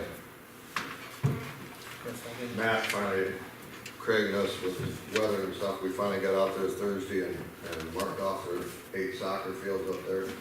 I come by there about 1:30 and there had to be 75 to 100 cars. There was 35 cars parked up on Central State's grass up there, but I don't know how many people out there. Matt said they had 21 games on Saturday's schedule. So that's an opportunity for everybody in town. So Matt, what help he's got, I don't know, but I mean, he's just a soccer side. Craig, I'd be interested if we put the traffic counter out on the driveway out there. Honestly. We was doing water main there a week ago Thursday, and we didn't get done until 6 o'clock. We were in their way. Sure. I mean, there was a lot of people coming in and out of They there were dropping kids. trying to get it filled in, That and was get the heck out of their way, and it was just That a was mad practice. stuff. I mean, Travis, we talked about this several years Yeah, back. So yeah. my daughter lives in Mitchell. They can go downtown to the city office and sign up for everything. If they wanna play softball, soccer, baseball, BB gun shoot, they go down there and that person does everything. Sign 'em up. Swimming pool, passes, all that is done with that person. Yeah, we're definitely investing some opportunities. So what are we looking at? Softball, baseball, soccer? Are we gonna dip our toe into basketball? Are we focusing on what we have facilities to accomplish, or are we looking at the whole buffet? I think we would start with the things we have, the facilities we have. Soccer fields, baseball fields, softball fields, Yes, and maybe pool. football. And possibly some Swimming pool stuff, football, flag football. some city park, or, what do you call it, community, Park or, park and rec stuff in the summer too. We're missing out on that park rec, folks. Oh, man. Because when July 4th comes, that is done, and them kids are done by the 15th of July with softball, all that stuff, and they're needing something to do in August until school starts. Yeah, but is that the city's, No, but I'm is that the saying, city's we place talked to about, provide something for the youth to do? I think, you know, it's, If we've got something for the kids position out to there, do, we're doing it, people pay attention to that stuff. it might cut down on vandalism. I don't think that's your age group or family. Jesse, you got some comments on that? Yeah, from a community development and economic development standpoint, there's a lot of potential for this position. You know, thinking of what other communities do that I would like to do from a chamber perspective. You know, first Fridays in the park, second Saturdays downtown. You know, stuff like this, if you go outside using our park space. But looking at this job description, there's not a lot of teeth to it. If you look at the language, it's work, assist, communicate, get information, attend, liaise. I think there's a lot of opportunity to maybe motivate this person in the job description to help them achieve certain goals. Creating organizations, creating, you know, programming, things like that. And if you're gonna go this route, I would suggest maybe looking at giving this person a little bit more responsibility versus being at the whim of committees. From But personal experience. Then you better get commitment from the associations to let that Right, person do that, because right. right now, we don't know if any of these Right. associations, like Arden brought up, is gonna turn over Right. any reins to Right. them. So at the And bottom we of haven't the got job that commitment description, from them. Yeah, it should say reviewable quarterly.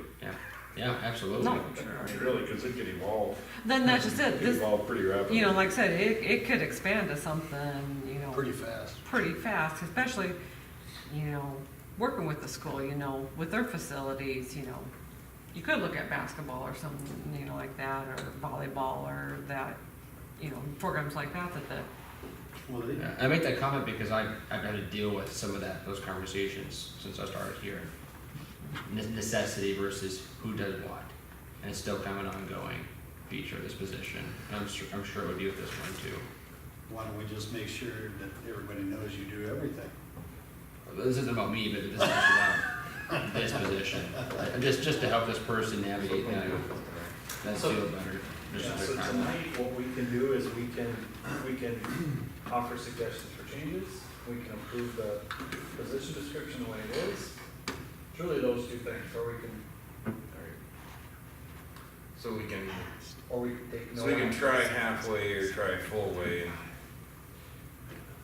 down the road, like, you know, I mean, I think we're debating full-time position or not, right? I mean, that's the Yeah. number one issue, I think, amongst this group right now. So that's Full-time or part-time. I asked the mayor I earlier. don't know that that's what we're deciding tonight, though. No, that's not what we're deciding, but is that the biggest holdup for anybody on the council? There's a lot of concern that there's no way there's enough stuff in Hartford for this person to do 40 hours a week. And that's why I asked the mayor earlier. Just the stuff you do as a liaison type. I could see easily this person doing 10 to 15 hours a week, just assessing, communicating, you know, just assist, going to, attending these meetings, there's 10 to 15 hours a week. Just have that finger on the pulse of what's happening. And then you're gonna get them in the office, you're gonna ask them to do another 10 to 15 hours worth of stuff. So right there, you're easily at 20, you're easily at 30 in my opinion. So if you go 32 hours, they're doing their full-time employee. Person could be in charge of the pool. Maybe? Yeah. Get the right Head candidate. person. They could be in charge of the park program. I mean, we hired these other people part-time, right? So could that person be? They're the point person, you know, instead of a part-time person coming to us, having to, dealing with problems, you got. Instead of bugging Teresa and Craig on little things, this person could be that buffer zone, Absolutely. and then they could be more efficient at their jobs too. Right now, you're doing all the swimming pool passes and stuff right now? If I want to come in tomorrow before the pool opens up. You can get a pass here, yeah. I might have the money this week, but when the pool opens up next week, I don't get paid until then. Yeah, you've been able to buy those for a couple months here, so. But it takes up a percentage of your time that this person could Yeah. pick up No, that's fine. easily. So, my feeling is this is a full-time position, 32 hours a week.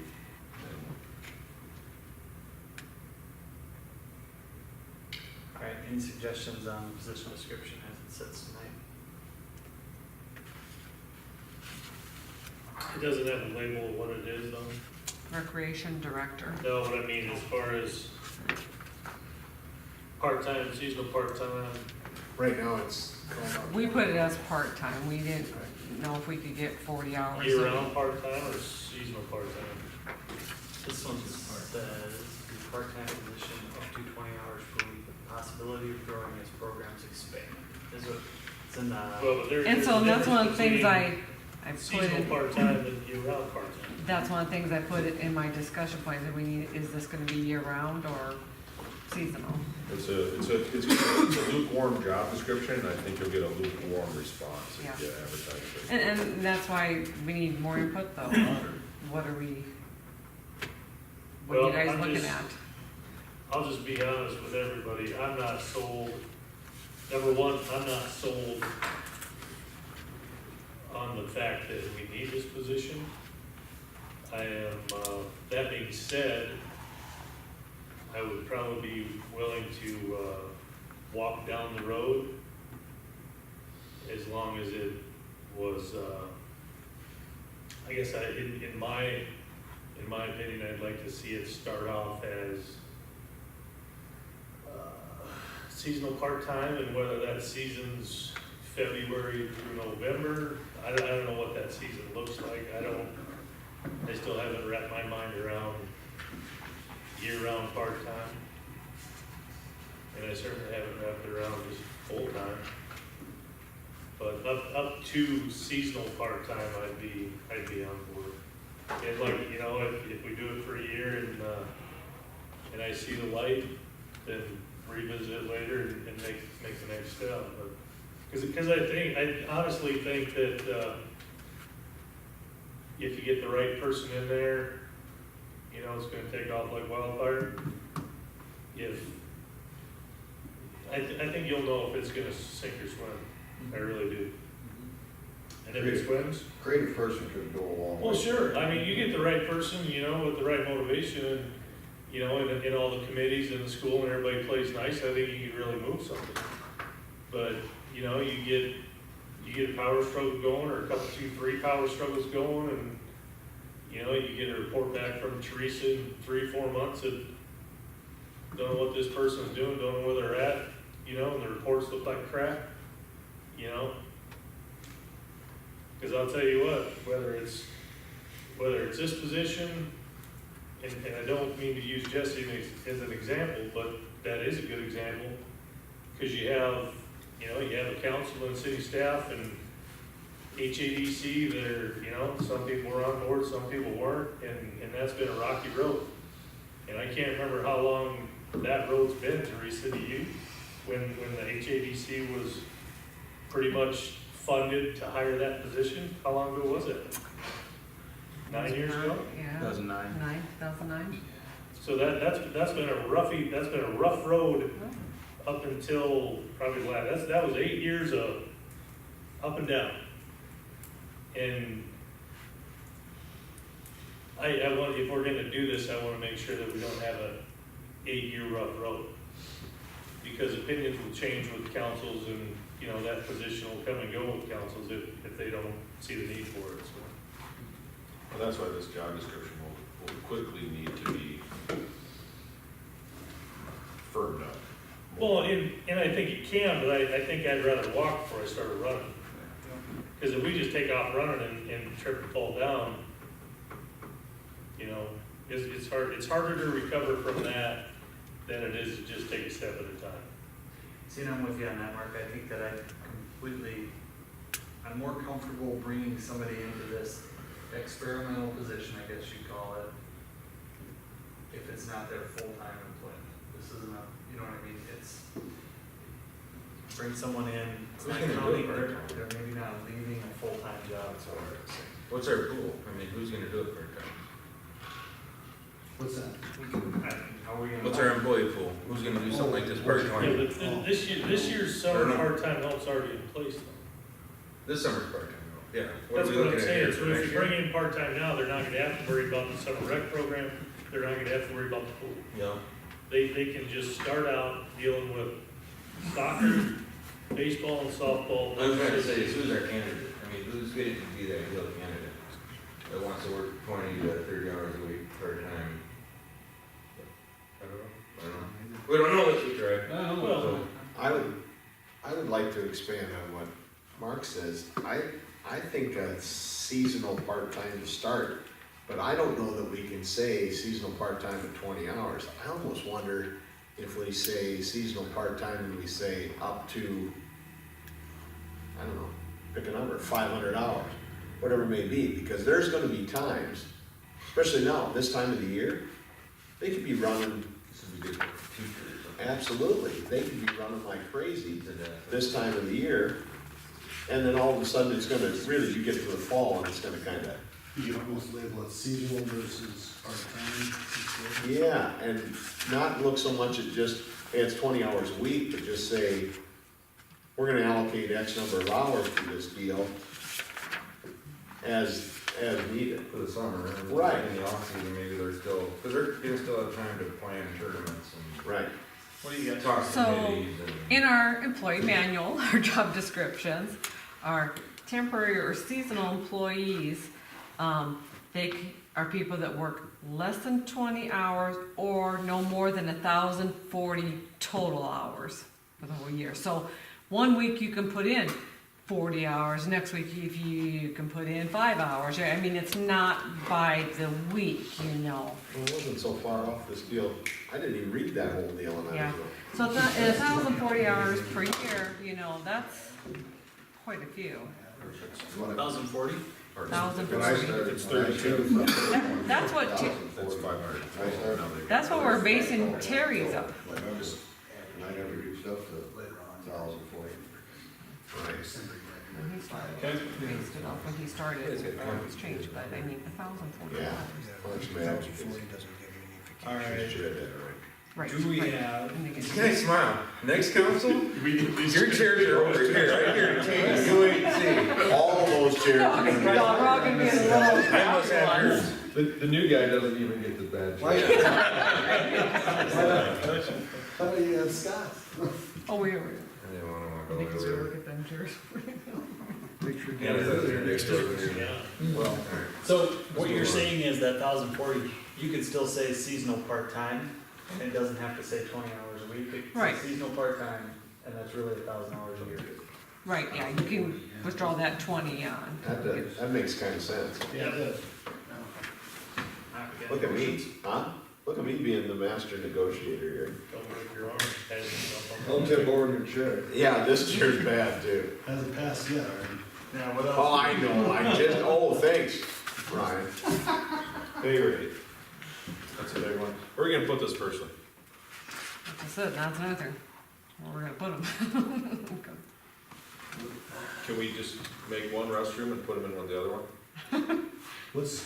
I've actually thought, if this expands, maybe our workroom, and then take our counter and stuff and put it in our extra, meeting room. I mean, we kinda have extra space there.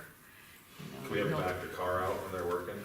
I mean, that's, How about we get somebody interviewed and hired Right. and figure out where to put them? That's, are we gonna spend any money to put them somewhere? and that's just it, okay, if we do have them come work out at City Hall, we don't have an extra desk and try, I mean, there's gonna be expenses involved in it, you know. $5,000 worth, $2,500 Yeah, worth? They're gonna need some kind of a budget for supplies and equipment and, Laptops are over $1,000 yeah, they're around 1,000. there, so. Some They office can have furniture. mine. I was gonna say, you could've had mine, but I got it working, so I'm not gonna give it up away yet.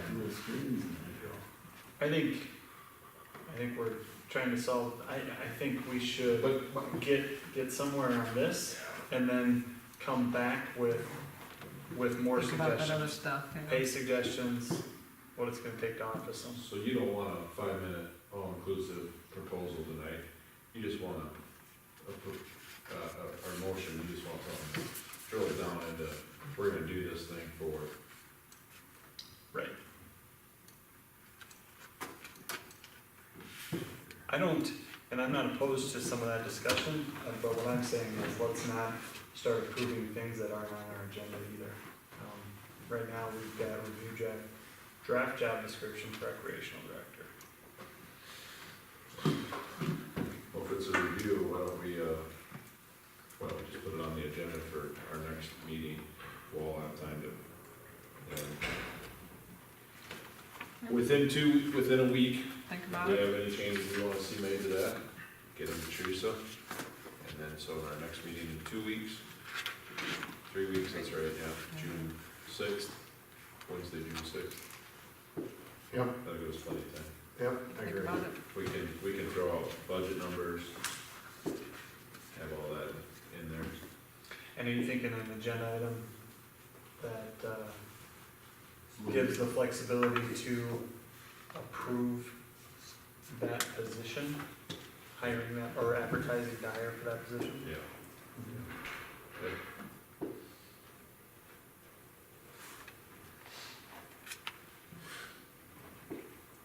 Correct my, refresh my memory, we didn't reallocate funds for this position, for this year either, did we? This year, out of the sports Yeah, complex that's right. funds, That's we right, did out of the allocate 120, that's right. 43,000, yes. Not, like we did in 17 Right, 17 specifically. did it. Okay. But that's this year you didn't, right. That's right,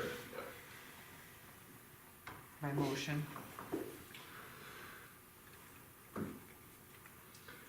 Are we good then? Alright. Do you need more direction on that, Teresa? So from my understanding, so the next 2-3 weeks here, you guys will think more about this position and give me any suggestions you have for this job description. And then our next agenda item, you want on there to advertise for the position or approving the job description? Or- Say approved and. And or. And advertising, I would say. Approve first advertising. That way, if we Yeah. approve it, we can Probably two advertise, agendas. it's every 2 weeks Gotcha. advertise Yeah. for the season. Okay, yep. Nope, I think I got enough direction on that then. Alright, next item up was, we were awarded the Secretary's Award for Drinking Water Excellence for the 13th consecutive year, which is pretty fantastic. Good job, Craig, and your team. Craig, Neil, Jesse, all the certified specialists there. I was joking with Teresa, I thought we should put a billboard up near Brandon about that. Hey, we should do that. Wow. That's a good one. That's a good. I take it there. It is, yeah.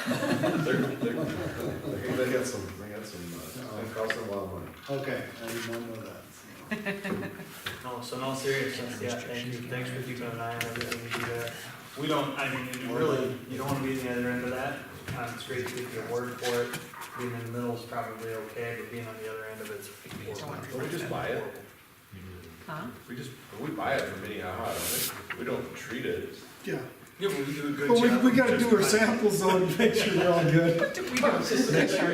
Make sure it's Stores well. You read into things too much. Just accept it. just be fine with it. They wave their hands over the pipe. Water is We get the pure. award, so it's good. Job well done. Come on, Travis. Job well done. Throw him a bone, Travis, come on. Oh, we gotta circle that. Alright, so I want to have a little bit of discussion on circling back up to earlier agenda item. Earlier agenda item was awarded bid for Swanson Park grading project. That was the piece that's right in front of us here. Lauren, you weren't here for that part of it. We had some discussion on the bids that came out and what the alternate one was in there, and basically we're looking at this thing right there. We looked through, and I just want to clarify a couple things.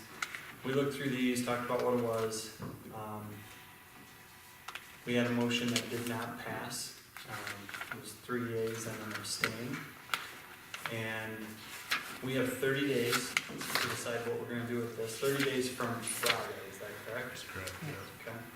Even if we don't tackle it this council meeting, we still put it in next one. So, I did some quick, Robert's rules. And of course, this is from the interweb. But from what this says, it can, and we'll just, for lack of a better word, we'll call it reconsidering the vote. It can only be quote unquote reconsidered by somebody of the prevailing side. Well, there was only one person on the prevailing side, and that would be Travis. So if Travis doesn't move, the way I read this, if Travis doesn't move to reconsider, then I don't think we can. And the reason I wanna be real careful is because this is to the tune of $530,000. And regardless of how you feel about this project, if it's voted on and dies, and then is revisited in the same meeting by non-prevailing side, and then magically passes because Ryan Horn showed up at 8:30 to the tune of $530,000, I foresee that being a problem if somebody wants to make the problem. When, how long is the bid good for, Mitch? 30 days 30 days. From when? from when we bid it, so last Friday. So we're good till the next meeting? Yes.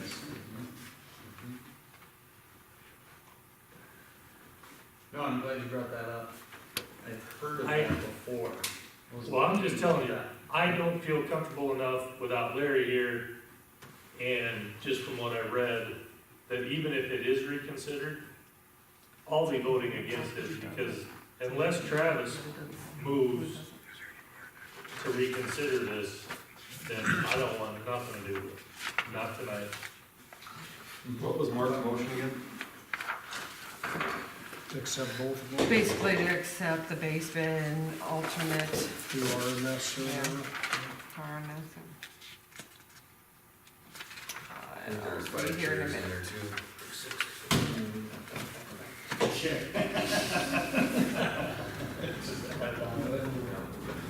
So what you're saying, Mark, is I'd have to move to reconsider the vote. That motion.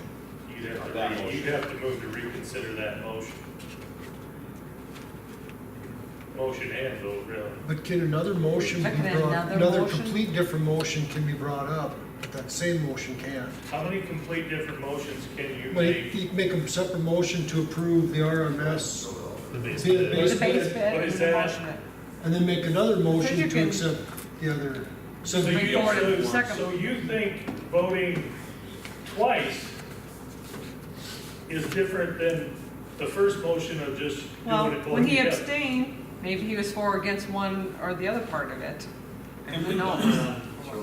purpose several times where we'll throw something out there and we're like. You guys can split hairs all night long, I don't want anything to do with it.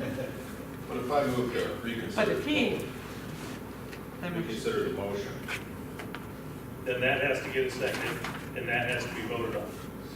And then once you do that, then you start reconsidering the original from the way I read it.